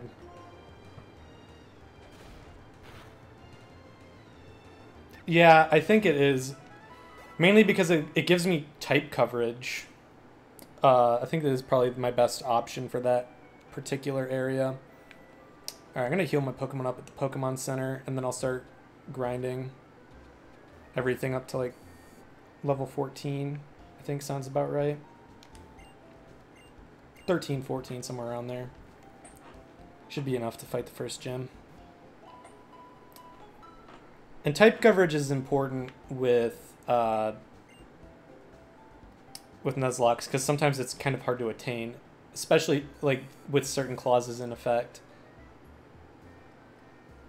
For example, if you're using like notepad clause, which I'm not going to go completely into notepad clause because it's kind of a complex thing. The basics of the notepad clause is that you can only use the first 6 Pokemon you catch, essentially, because you can't use your Pokemon box at all.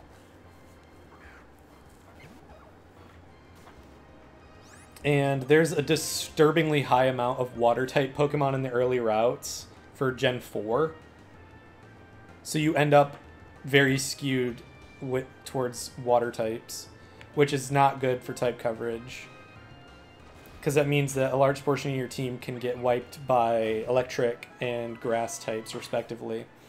And grass types and electric types aren't exactly uncommon.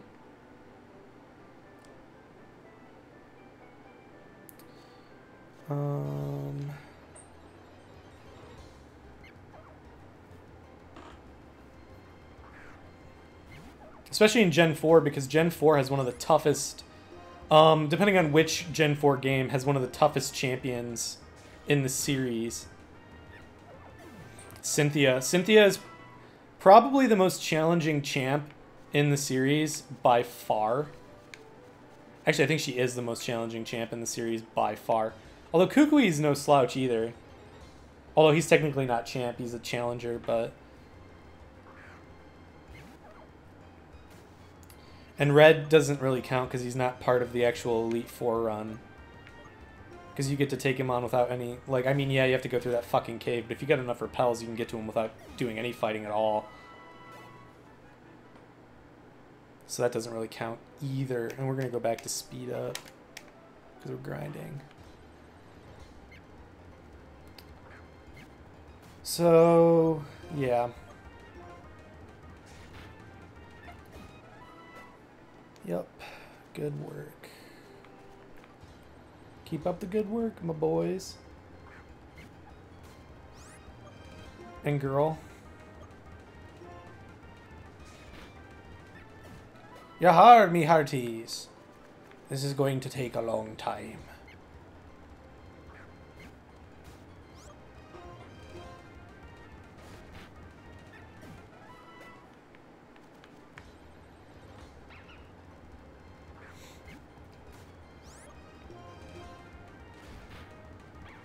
Nice. All right.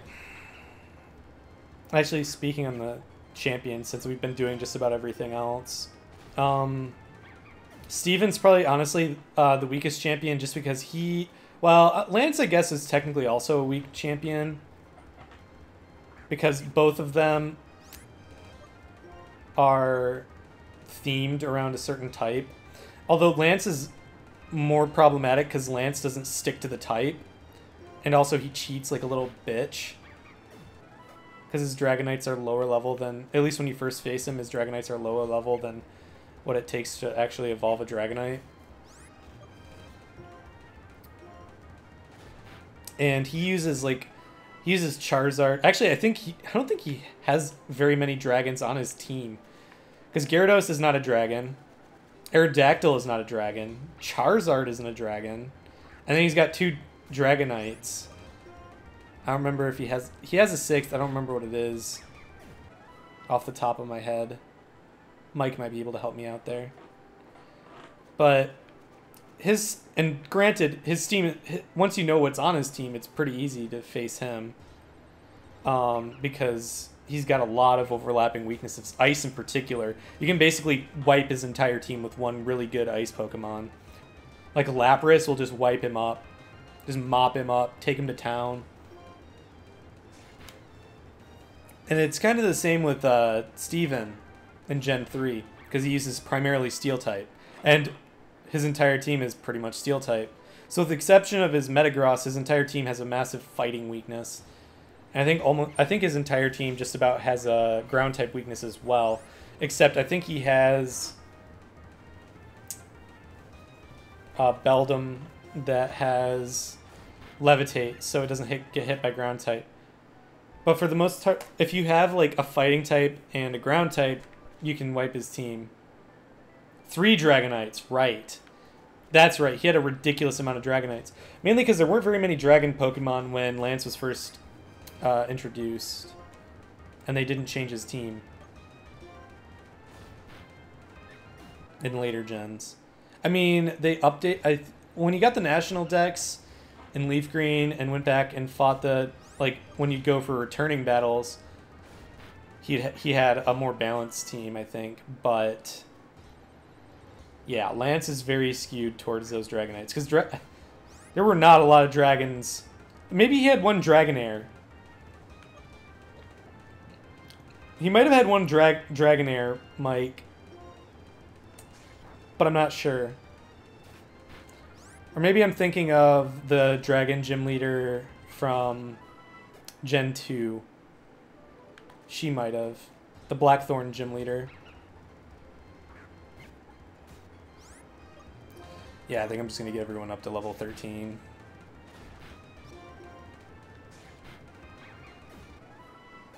So... Yeah. Cynthia's the most difficult. At least, now here's the thing. Cynthia's the most difficult in Pearl and Diamond version. But they changed her team composition and I think made her AI a little bit dumber in the in Platinum version.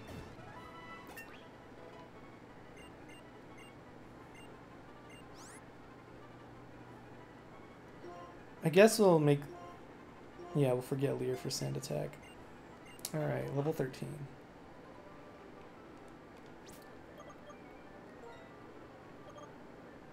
Oh, hey, he's already at level 10. This will be a lot easier than I thought. Boom.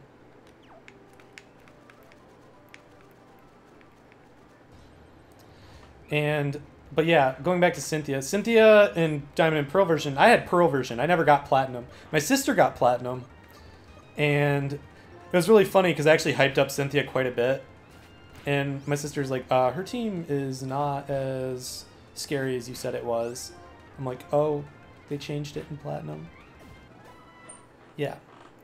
She had really good AI.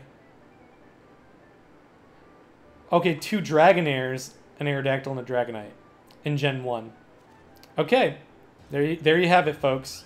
Gyarados, Dragonair, Aerodactyl, and Dragonite. Because there, like I said, there were not terribly many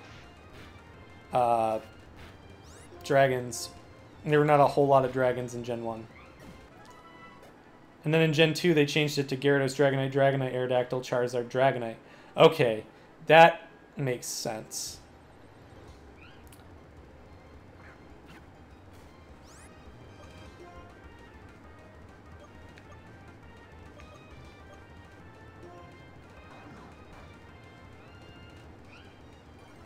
Oh, that's right, it's Dark type. That wouldn't be very effective, I'm dumb.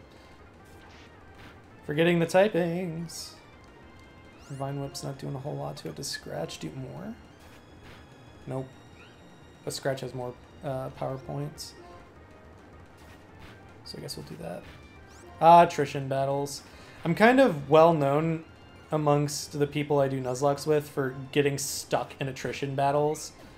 For some reason, Pokemon games like stuffing me into attrition battles.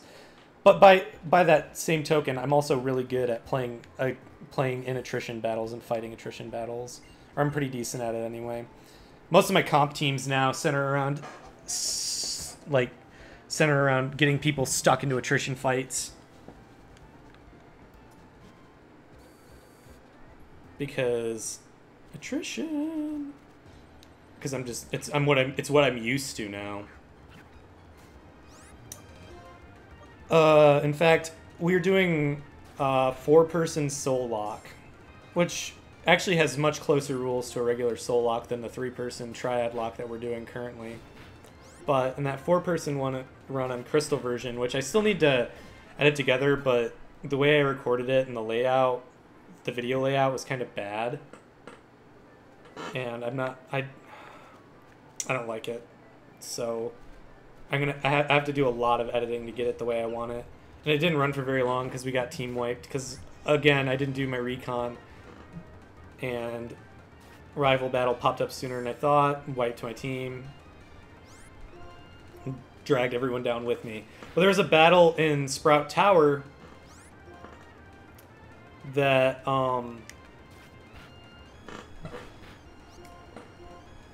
There's a battle in Sprout Tower that I had to face Ghastly. That's right, I had to face a Ghastly, but the problem is all my Pokemon only knew normal type and fighting type moves, which don't hurt ghost types. And so it was in the situation where I couldn't hurt the dang thing. So what I had to do was I had to keep switching through Pokemon and wearing it down until it ran out of power point for all of its moves and use Struggle, because Struggle does damage to the Pokemon that's using it.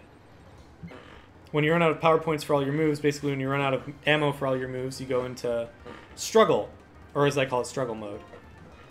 And when you go into Struggle mode, yeah, you gotta fight. You get hurt by Struggle. Oh, that was a crit. I don't like crits. Bad crits. And it's a pain in the butt. God, it's taking a while.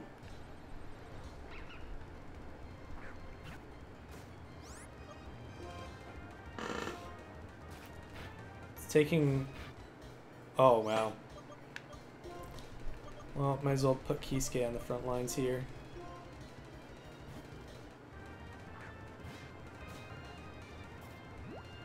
Yeah, I was identified here. Have a little fire. Let in the fire.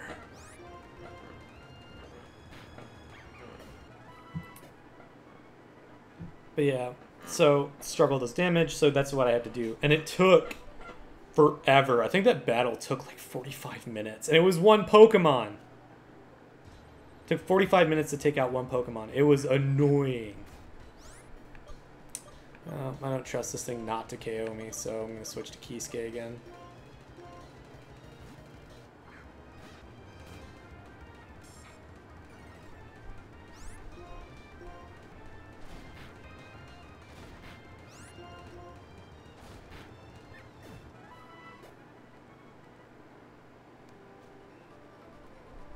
This is not very efficient.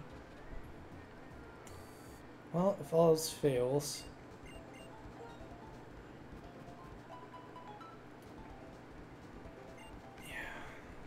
Alright, let's talk to this guy in front of the gym. Oh, that's right. I forgot about the trainer school. We can actually do a little bit of grinding here, too. Meet the demands of trainers who want to know more because they love them. Blah, blah, blah. Don't care.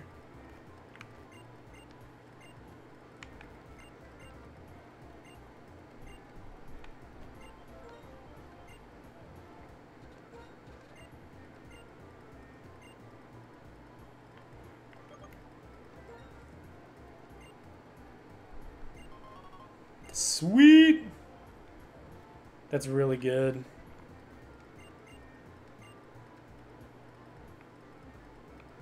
What's up, Sharon?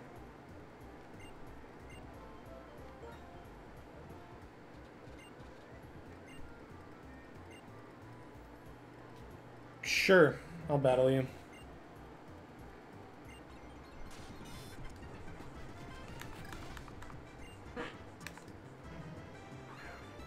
Oshawott.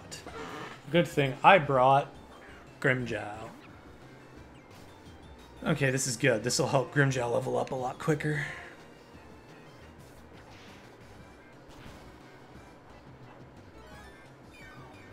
Ah, you would.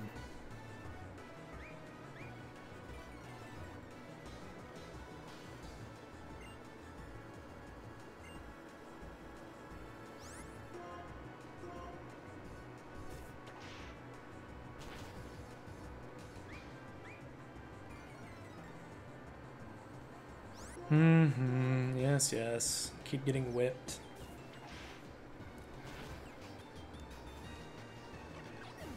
When his starter comes along, you must whip it.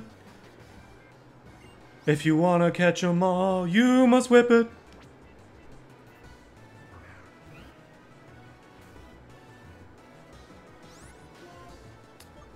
We'll do Scratch. And then I think we'll do some Vine Whips. In fact, I think Vine Whip sounds real good right about now. Whoopsh. When his Purrloin comes along, you must whip it.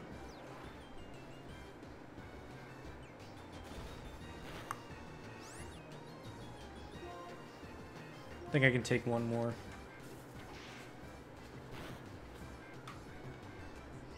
Okay, lowered my attack. Alright, I'm not going to risk it. I think a crit could actually take me out here, and I'm not going to leave things up to that kind of chance. Knowing when to use your healing items is also important. Now, someone like Brian, see, there you go. That could have KO'd me, and I'm glad I did what I did now. Someone like Brian has like the combat math for just about every move and like defensive combination in Pokemon memorized, I swear. I don't know how he does it, but he's got a real good memory for that kind of shit. So he could probably just exactly calculate how much health he'd lose from a crit and know when to heal accordingly. I'm not like that. I'm more instinctual with my battling. Cool. Healing berries are all right.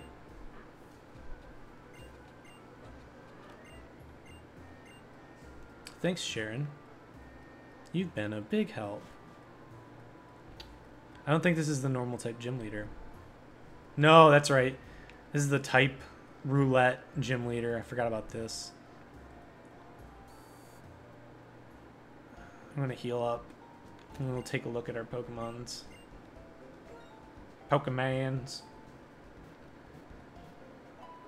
Okay. We're close, guys. A little bit more grinding, and we'll be there. Keep forgetting that the start button doesn't bring up this anymore. God, you're still level 11. That didn't even level you up. Oh no, it did level you up. It didn't even get you close to 12. Fuck. All right. Well, we know what we gotta do. Okay, won't go any higher than 4. Fair enough. Wait, what is up here? Oh, there's 2 items up here. You know how I said exploration was important? Well, it seems I don't always take my own advice. All right. We're going to do this. It's going to take time. But we can do this. There we go. Yeah, you're doing the damage we want to see. That's what we want to see. Get that damage out there. Take these guys out. Wipe these mooks from the face of the earth. Okay, maybe not. Don't go quite that far. How are we looking?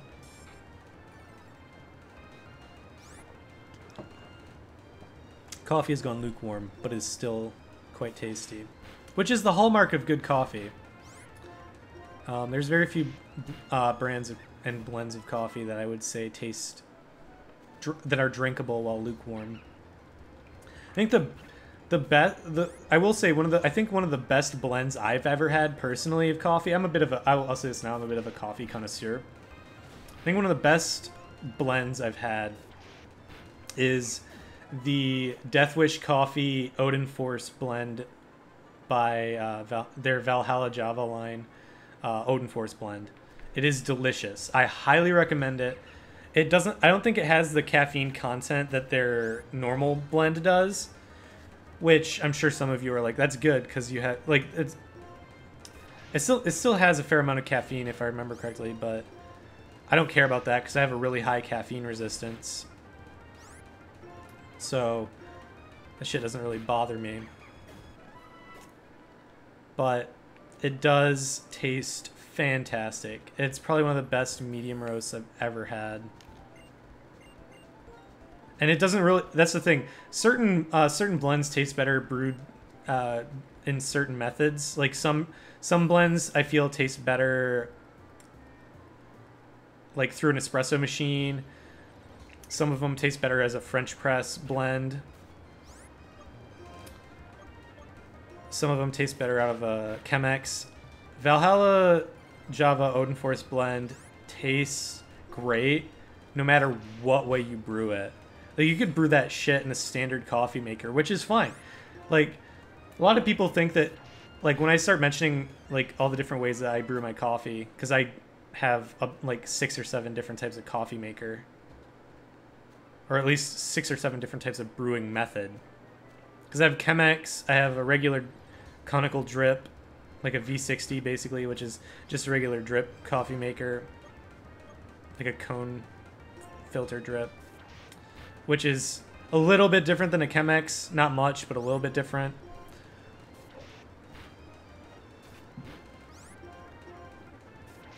And like then I have like a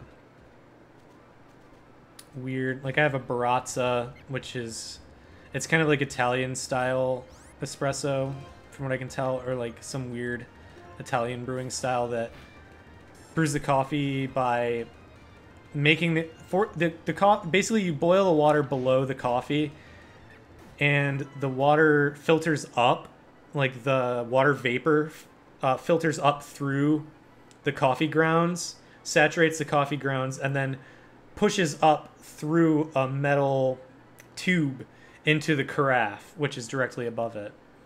It's an interesting way to make coffee. And it's very, very strong and gritty. Almost like Greek coffee, which is... making Greek coffee is kind of tough for me because it requires some specialized equipment that I don't have. I'd like to make it, or at least try it, but nowhere near me serves it. And I've heard it's quite good. I really want to try it.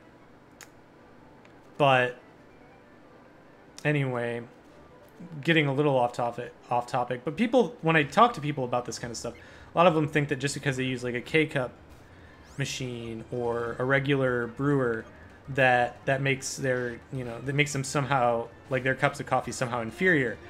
And that's not true. There's like, because honestly, the quality of your cup of coffee is going to depend on a couple things. First of all, it's going to depend on how controlled your grind is. So like if you just get something pre-ground, yeah, it'll probably be not quite as good as if you got it whole bean and ground it specifically for your coffee maker. And also, better beans is going to equal better coffee. It sounds kind of pompous, but that's the truth. So you get what you pay for in terms of like beans and overall quality for coffee. And it also depends on how old the beans are, because coffee doesn't really necessarily expire so much as it gets really stale, and it degrades the taste when you let it go stale.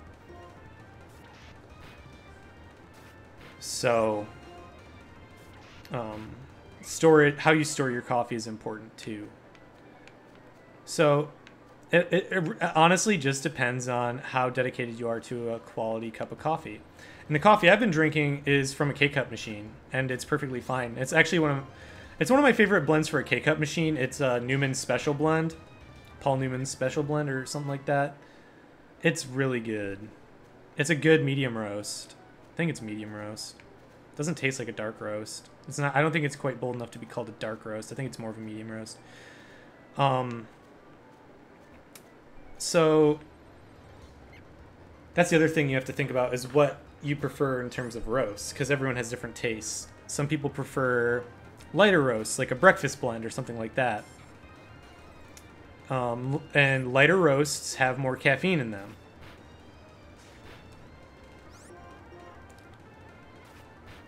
Because they haven't been roasted as long, so the caffeine hasn't been, like, I guess, burned out of it yet. But darker roasts taste stronger and more bold. So a lot of people think that bolder taste translates to more caffeine, when it's actually not true. And in fact, the current coffee blend that is purported to have the highest caffeine content. What's up, Ben? I'm doing well. How are you doing? Ben McCarley. Welcome to the stream. Welcome to the grind fest, I guess I should say, because that's what we're doing right now. Grinding Pokemon. Get into that gym leader. Do.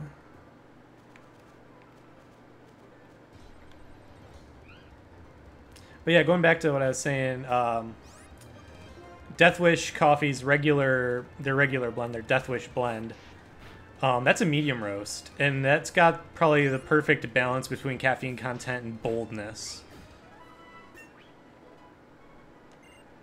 That's good to hear. So we're at to level 12 finally. We might just go with that, because I'm kind of impatient. Yeah, I think that's what we're going to do. We're going to switch to Kisuke, get him up to level 13, and then we'll use the gym trainers to get him the rest of the way. Of course, lands a critical hit. They're landing a lot of crits. Oh yeah, grinding is how you progress in Pokemon. Alright, so I'm gonna speed up, making this a lot less streamlined than it needs to be. Alright. Woota! Alright.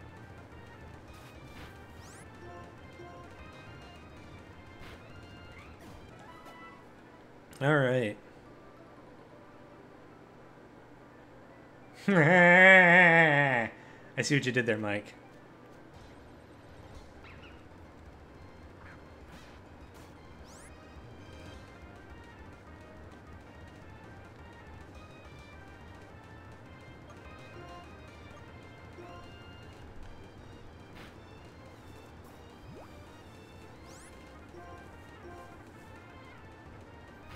Burn, burn.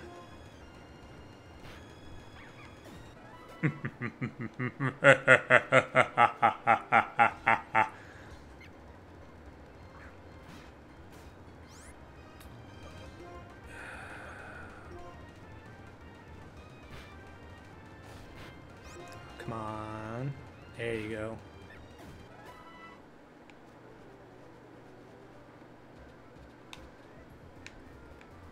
Come on. All right. And we're getting closer now. I think I'll be able to get the other two up to level 13 via the gym trainers. So I'll probably just get Kisuke up to level 12. And that should be enough to fight the gym leader.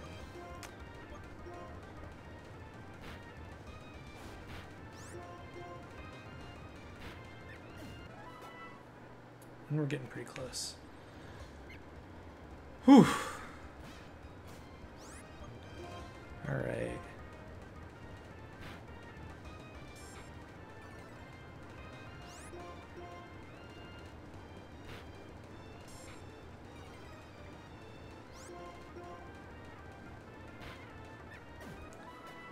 Yeah, actually, now I think about it, another thing I wanted to talk about, YouTube changed its layout, which made setting up my stream last week actually very confusing, last Friday, because they changed where everything was, and I was like, I mean, I think it is a more efficient UI now, it's less cluttered, and it makes sense where everything is, but I had gotten used to the old layout, so I had to like relearn how to YouTube, which was a fun time.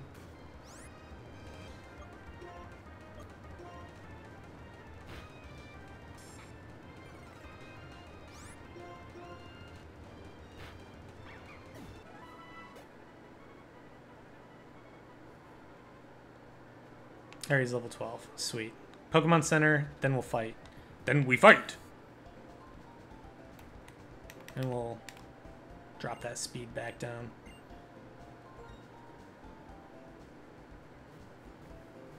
Maybe I should have waited until after this scene, but here we are.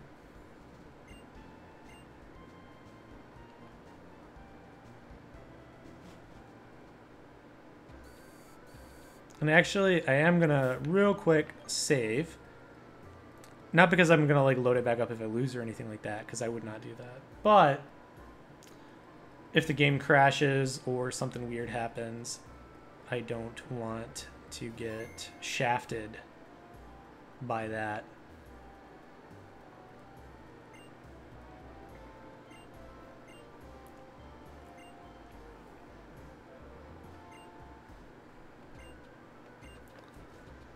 All right, here we go.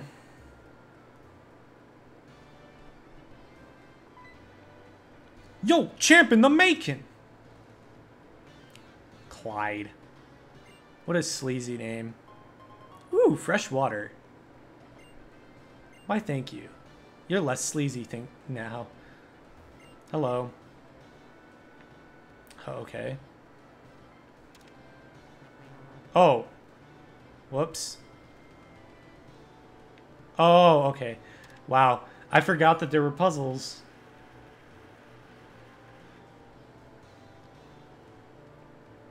What's up, bro?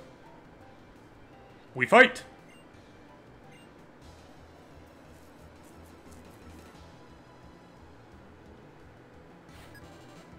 Alright.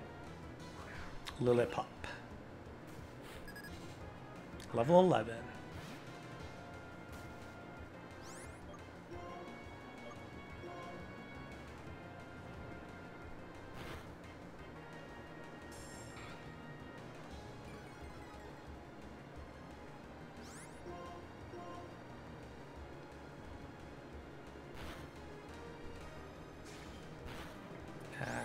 Ha! Oh wow, he outsped me there.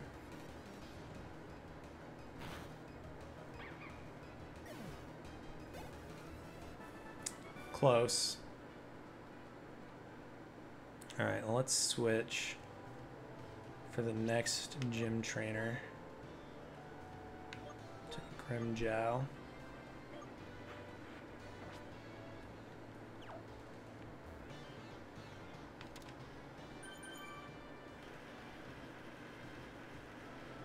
Hooray! And we fight!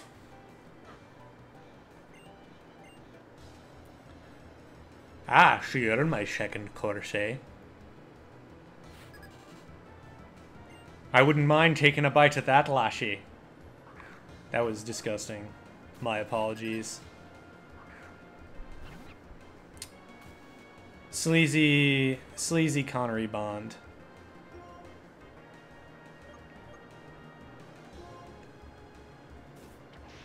Which, if you actually go back and watch the Connery Bond films, he is still kind of the true Bond, but some of them, he's kind of rapey. He's kind of rapey. Oh, bide. Shit. This is... So, now that we finally face something that has bide, he's going to spend 2 turns tanking hits. If he doesn't die in the meantime, which he will. Yep, because he's still storing energy. Now, see, if I knew, okay, I knew that he was at low enough HP that it would KO him. If I did that. But if I didn't think that I could KO him, I probably would have done something like Leer. Because... because Bide can do a lot of damage. A lot of damage. Because Bide basically works like this.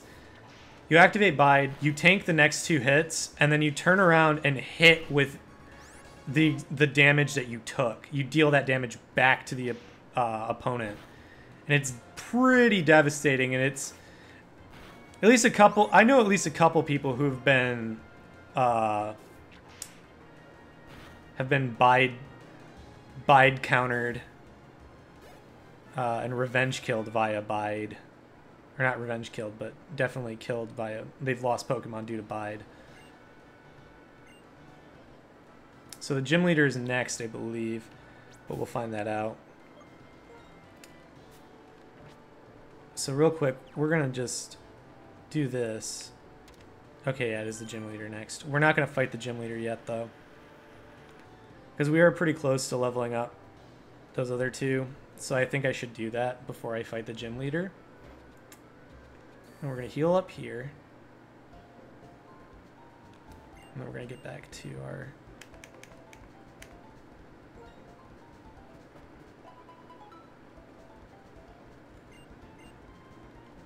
We'll get back to the grind. Here we go. Pet rat. Get wrecked.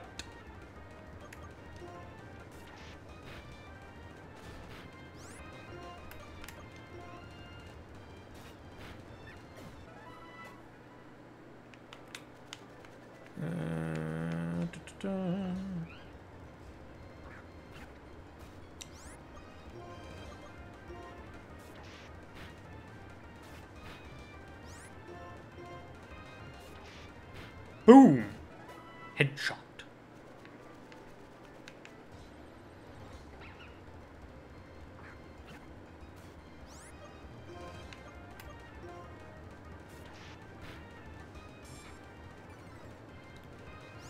Okay. Finish him. Boom. Alright, we're getting close. It's gonna take a little bit, but we're getting there. Alright.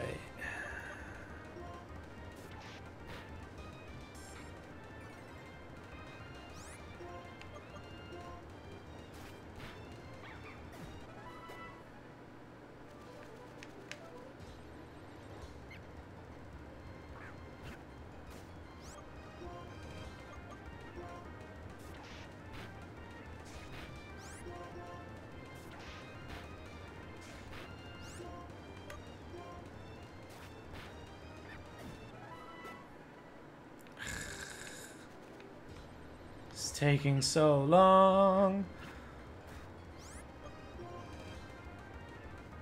Grinding battles in Pokemon games.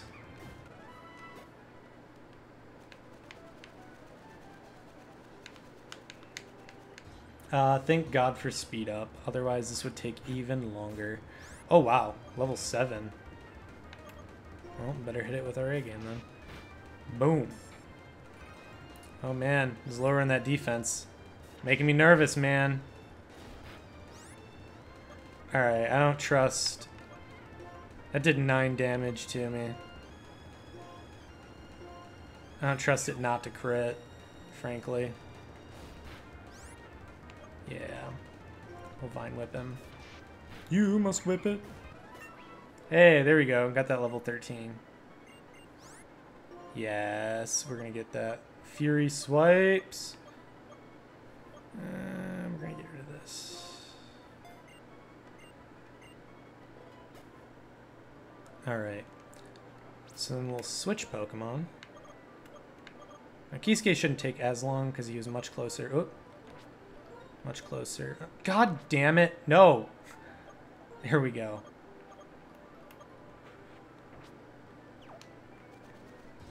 Alright.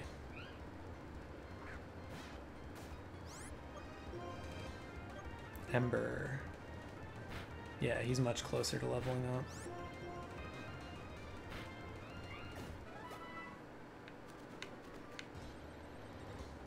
Alright. Fight!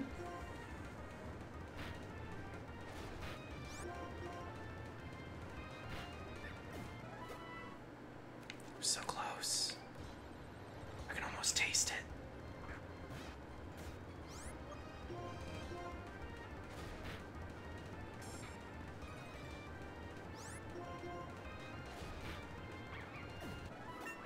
Hey, Opa!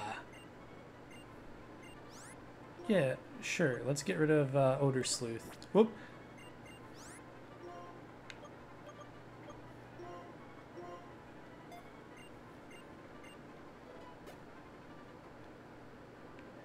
Alright. Now what we're going to do... Bag. Oh, nope. Bag. And berry pouch. Alright. I'm going to give this to Kisuke.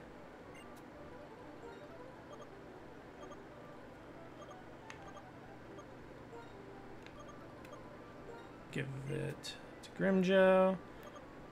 Give to Orihime. In case of emergencies against the gym leader. Might as well make use of them. Otherwise, I completely forget about my berries. Like, you should see one of my on the Triad lock we're doing in Emerald, I've actually routinely am like, oh, I need to buy like these items so that I can heal a status effect, and I already have a berry that can just heal it right then and there, but I completely forget about it because I never remember what berries I have, or that I can give them to Pokemon that auto heal them in battle. So I'm kind of a scrub in that regard. All right. So now that we've made some assurances against crashes, let's go fight some gym leaders. Not really a gym to fight. There's a gym leader to fight, but I don't think his name is Jim. Chili pepper, red hot chili pepper, and cress for watercress, and Ceylon for cilantro. We get it, you chef.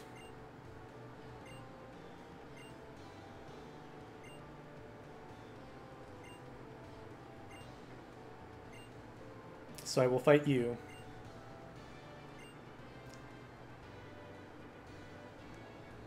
Okay, so it gives me time to switch my Pokemon at least.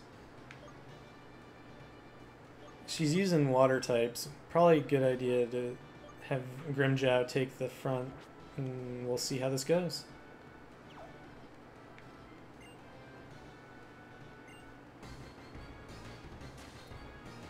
Round 1! Battle!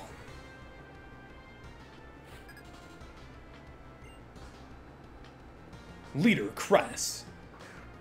Lillipop. Pop, pop. Alright, Grimjow. Alright, Grimjow. Show him how we do it in Grayskull. Start with the Fury Swipes. Only 2 times. Naturally. Oh, good. Work up. Fantastic. That's not good. We'll try Fury Swipes one more time here. God damn it. Okay, well now I gotta hit him harder, because otherwise he's gonna do some serious damage to me.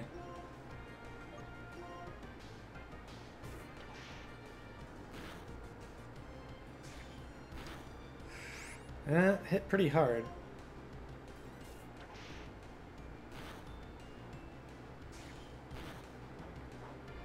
Alright.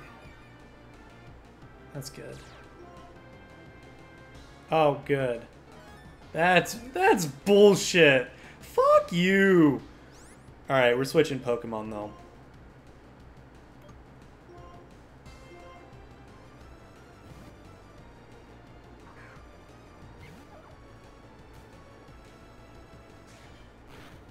Oh, wow.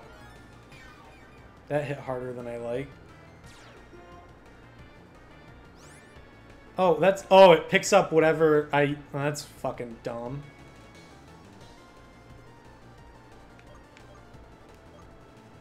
I'll use Tackle. That thing hits hard because the double workup. Yeah, and there's the fucking berry. That's okay. I got it. Kisuke's got a lot more HP. I think Kisuke can probably tank the hit that I need for what I'm about to do next. Yeah, okay, he can tank it. Sweet.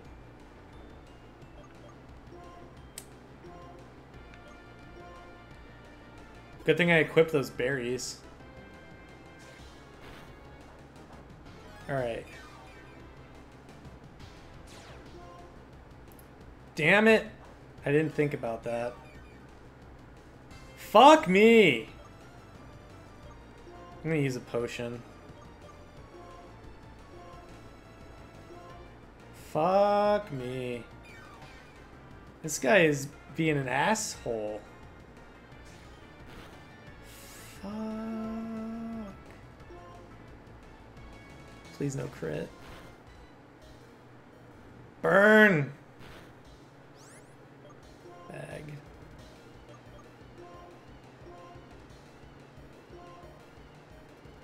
Now I do have that fresh water. Son of a beach.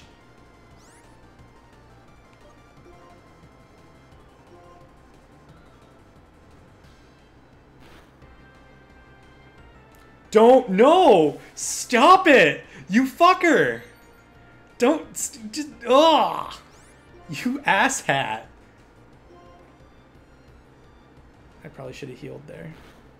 God damn it. Jesus Christ! Okay, now I gotta use the fresh water.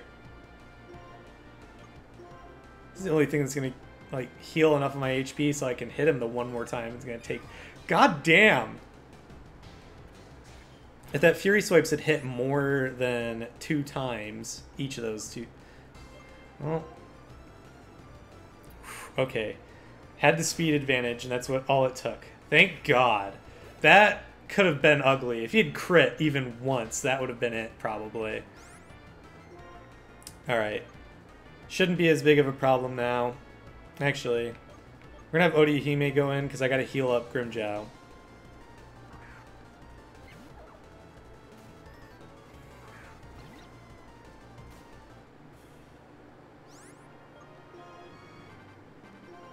I fervently hope this doesn't have work up as well. Otherwise, I'm going to be very pissed.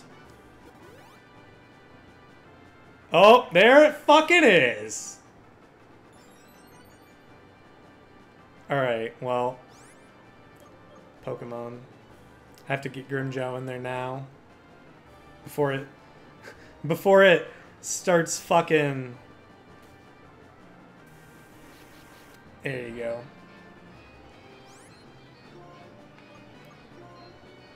Oh, shit. My phone alarm's going off real quick. I'll be right...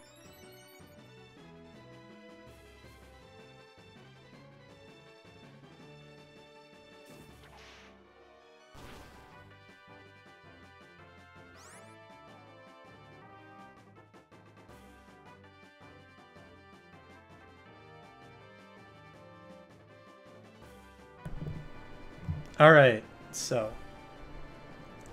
Real quick, I want to make sure that I don't have any other phone alarms that are set to go off.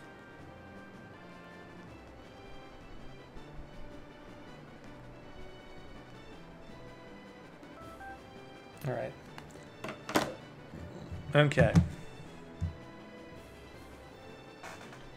Now, it's Vine Whip.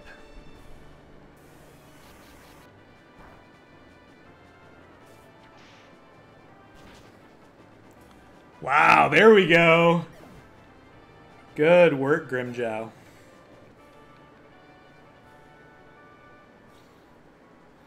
Hey, victory is ours. We are 1/8 of the way to the Elite Four. Look at that nice shiny badge.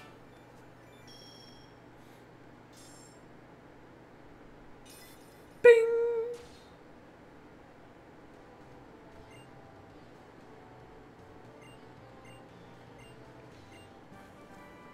Cool. I have work up.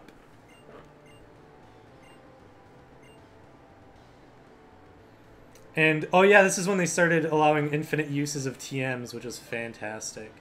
Because I actually think I'm going to use work up.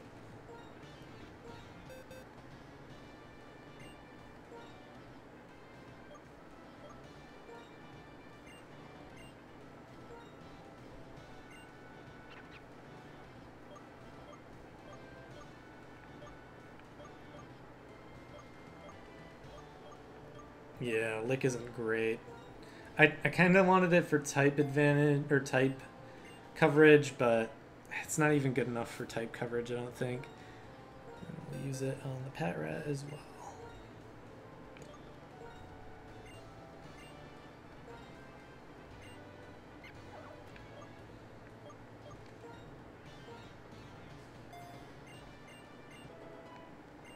There we go.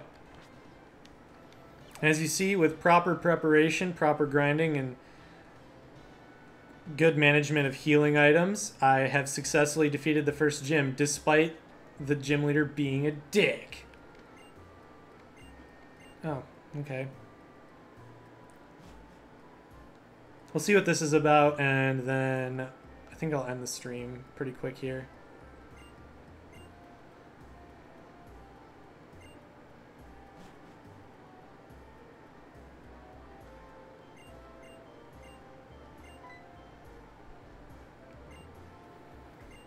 Ooh, here we go. We get the HM. I don't know if we actually need to use cut, and if we don't, I'm not teaching it to anything.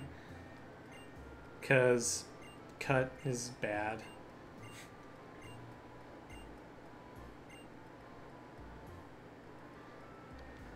Okay. I'm going to save the actual game, and then I'm going to create a save state real quick here. And then we will end the stream.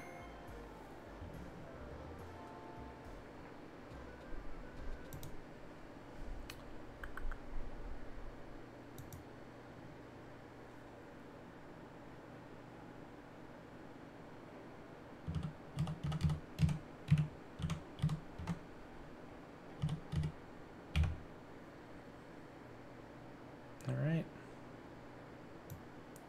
And it is saved. You can't see it on your screen because it's a drop-down menu. All right, so that's going to end today's stream. I hope you all enjoyed it. I certainly enjoyed playing the game and streaming it to all of you and interacting with you guys in chat. If you want to catch any parts of this stream that you missed or any of the other previous streams of other games that I've done, they're on my channel, free for your perusal. I have other Pokemon content. There's a Triad Lock that I posted, I think, 8 episodes of. There's a lot more content. It's just that I haven't had the time to edit it all. But I'll hopefully start posting videos for that again soon. And if you want to catch future streams, there's a couple easy ways for you to get notified of that. Obviously, subscribing is going to help me out, so I'd like you to subscribe. If you don't mind, that would be preferred. Like the video if you liked it. And then click that little bell I don't know where they put it now. It used to be, I don't remember where it used to be even. But if you click the little bell, that'll give you little notifications when I start streaming or when I put out an alert of when my next upcoming stream is. I will say, though, if you don't want to subscribe but still want to watch future streams, I'm going to be streaming this game on Tuesdays from here on out. And those streams start at 8 p.m. Eastern Standard Time. I'm also streaming XCOM 2, the War of the Chosen expansion that came out recently. I'm streaming that campaign on Fridays at 8 p.m. Eastern Standard Time as well. I occasionally post other content. You'll be able to see that quickly if you subscribe. Also, anytime I post a video or anything like that, it automatically posts to Twitter. So that's another good way to get an instant alert of when things are happening on my channel.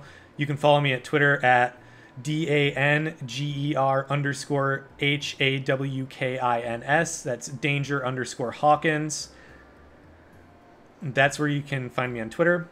And like I said, everything I do, anything I upload, or when I start streaming or when a stream alert goes out, boom, straight to Twitter right off the bat. So that's another good way to get alerts. Thanks for watching. And I will see you guys. For those of you who are only here for the Pokemon content, I'll see you on Tuesday. But for everyone else who is going to be watching my content, I'll see you guys on Friday, 8 p.m. Eastern Standard Time. Peace!